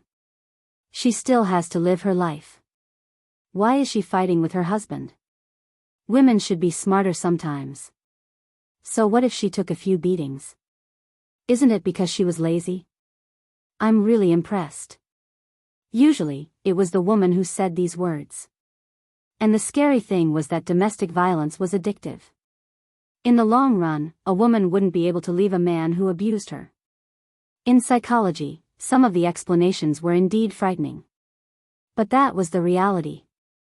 Those despicable people who like to gossip and distort the truth were the real breeders. This world, in some ways, was very fair. What kind of person you were would attract the kind of people you were. If there were things that violated your principles, there would be people who would ask you to tolerate them. There was a beautiful relationship, but you needed to be able to tell if it was a really good man. Looking at the interaction between the two of them, Bojo quickly realized that the woman couldn't leave and wouldn't ask for a divorce. After all, other than fear, there was a hint of anticipation in her gaze. Bojo guessed that this was probably the reason for Li Jin's unhealthy mentality. After all, no child would be willing to see their mother being beaten.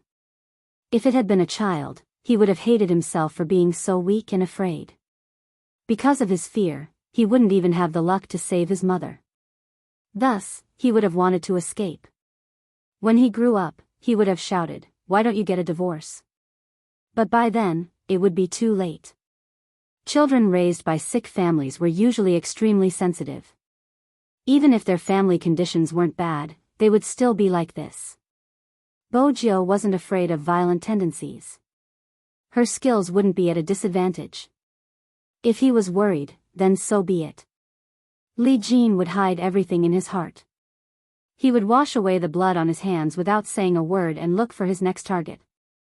If that was the case, then her visit today was very likely to be detected by him. Bojo paused. She placed the planning form to the side. She had to be more careful. This person was learning computer programming and psychology.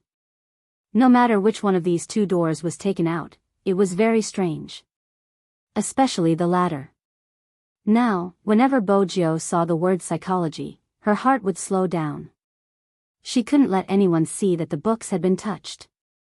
Bojo placed them back the way she had pulled them out. She had done it professionally. She wanted to see if there were any traces on the computer. She turned on the computer. Bojo frowned when she saw the date circled in red on the calendar on the wall. The 26th. You're tuning into the Romantic Tales YouTube channel. Don't forget to subscribe and join us on this journey to catch the most captivating stories.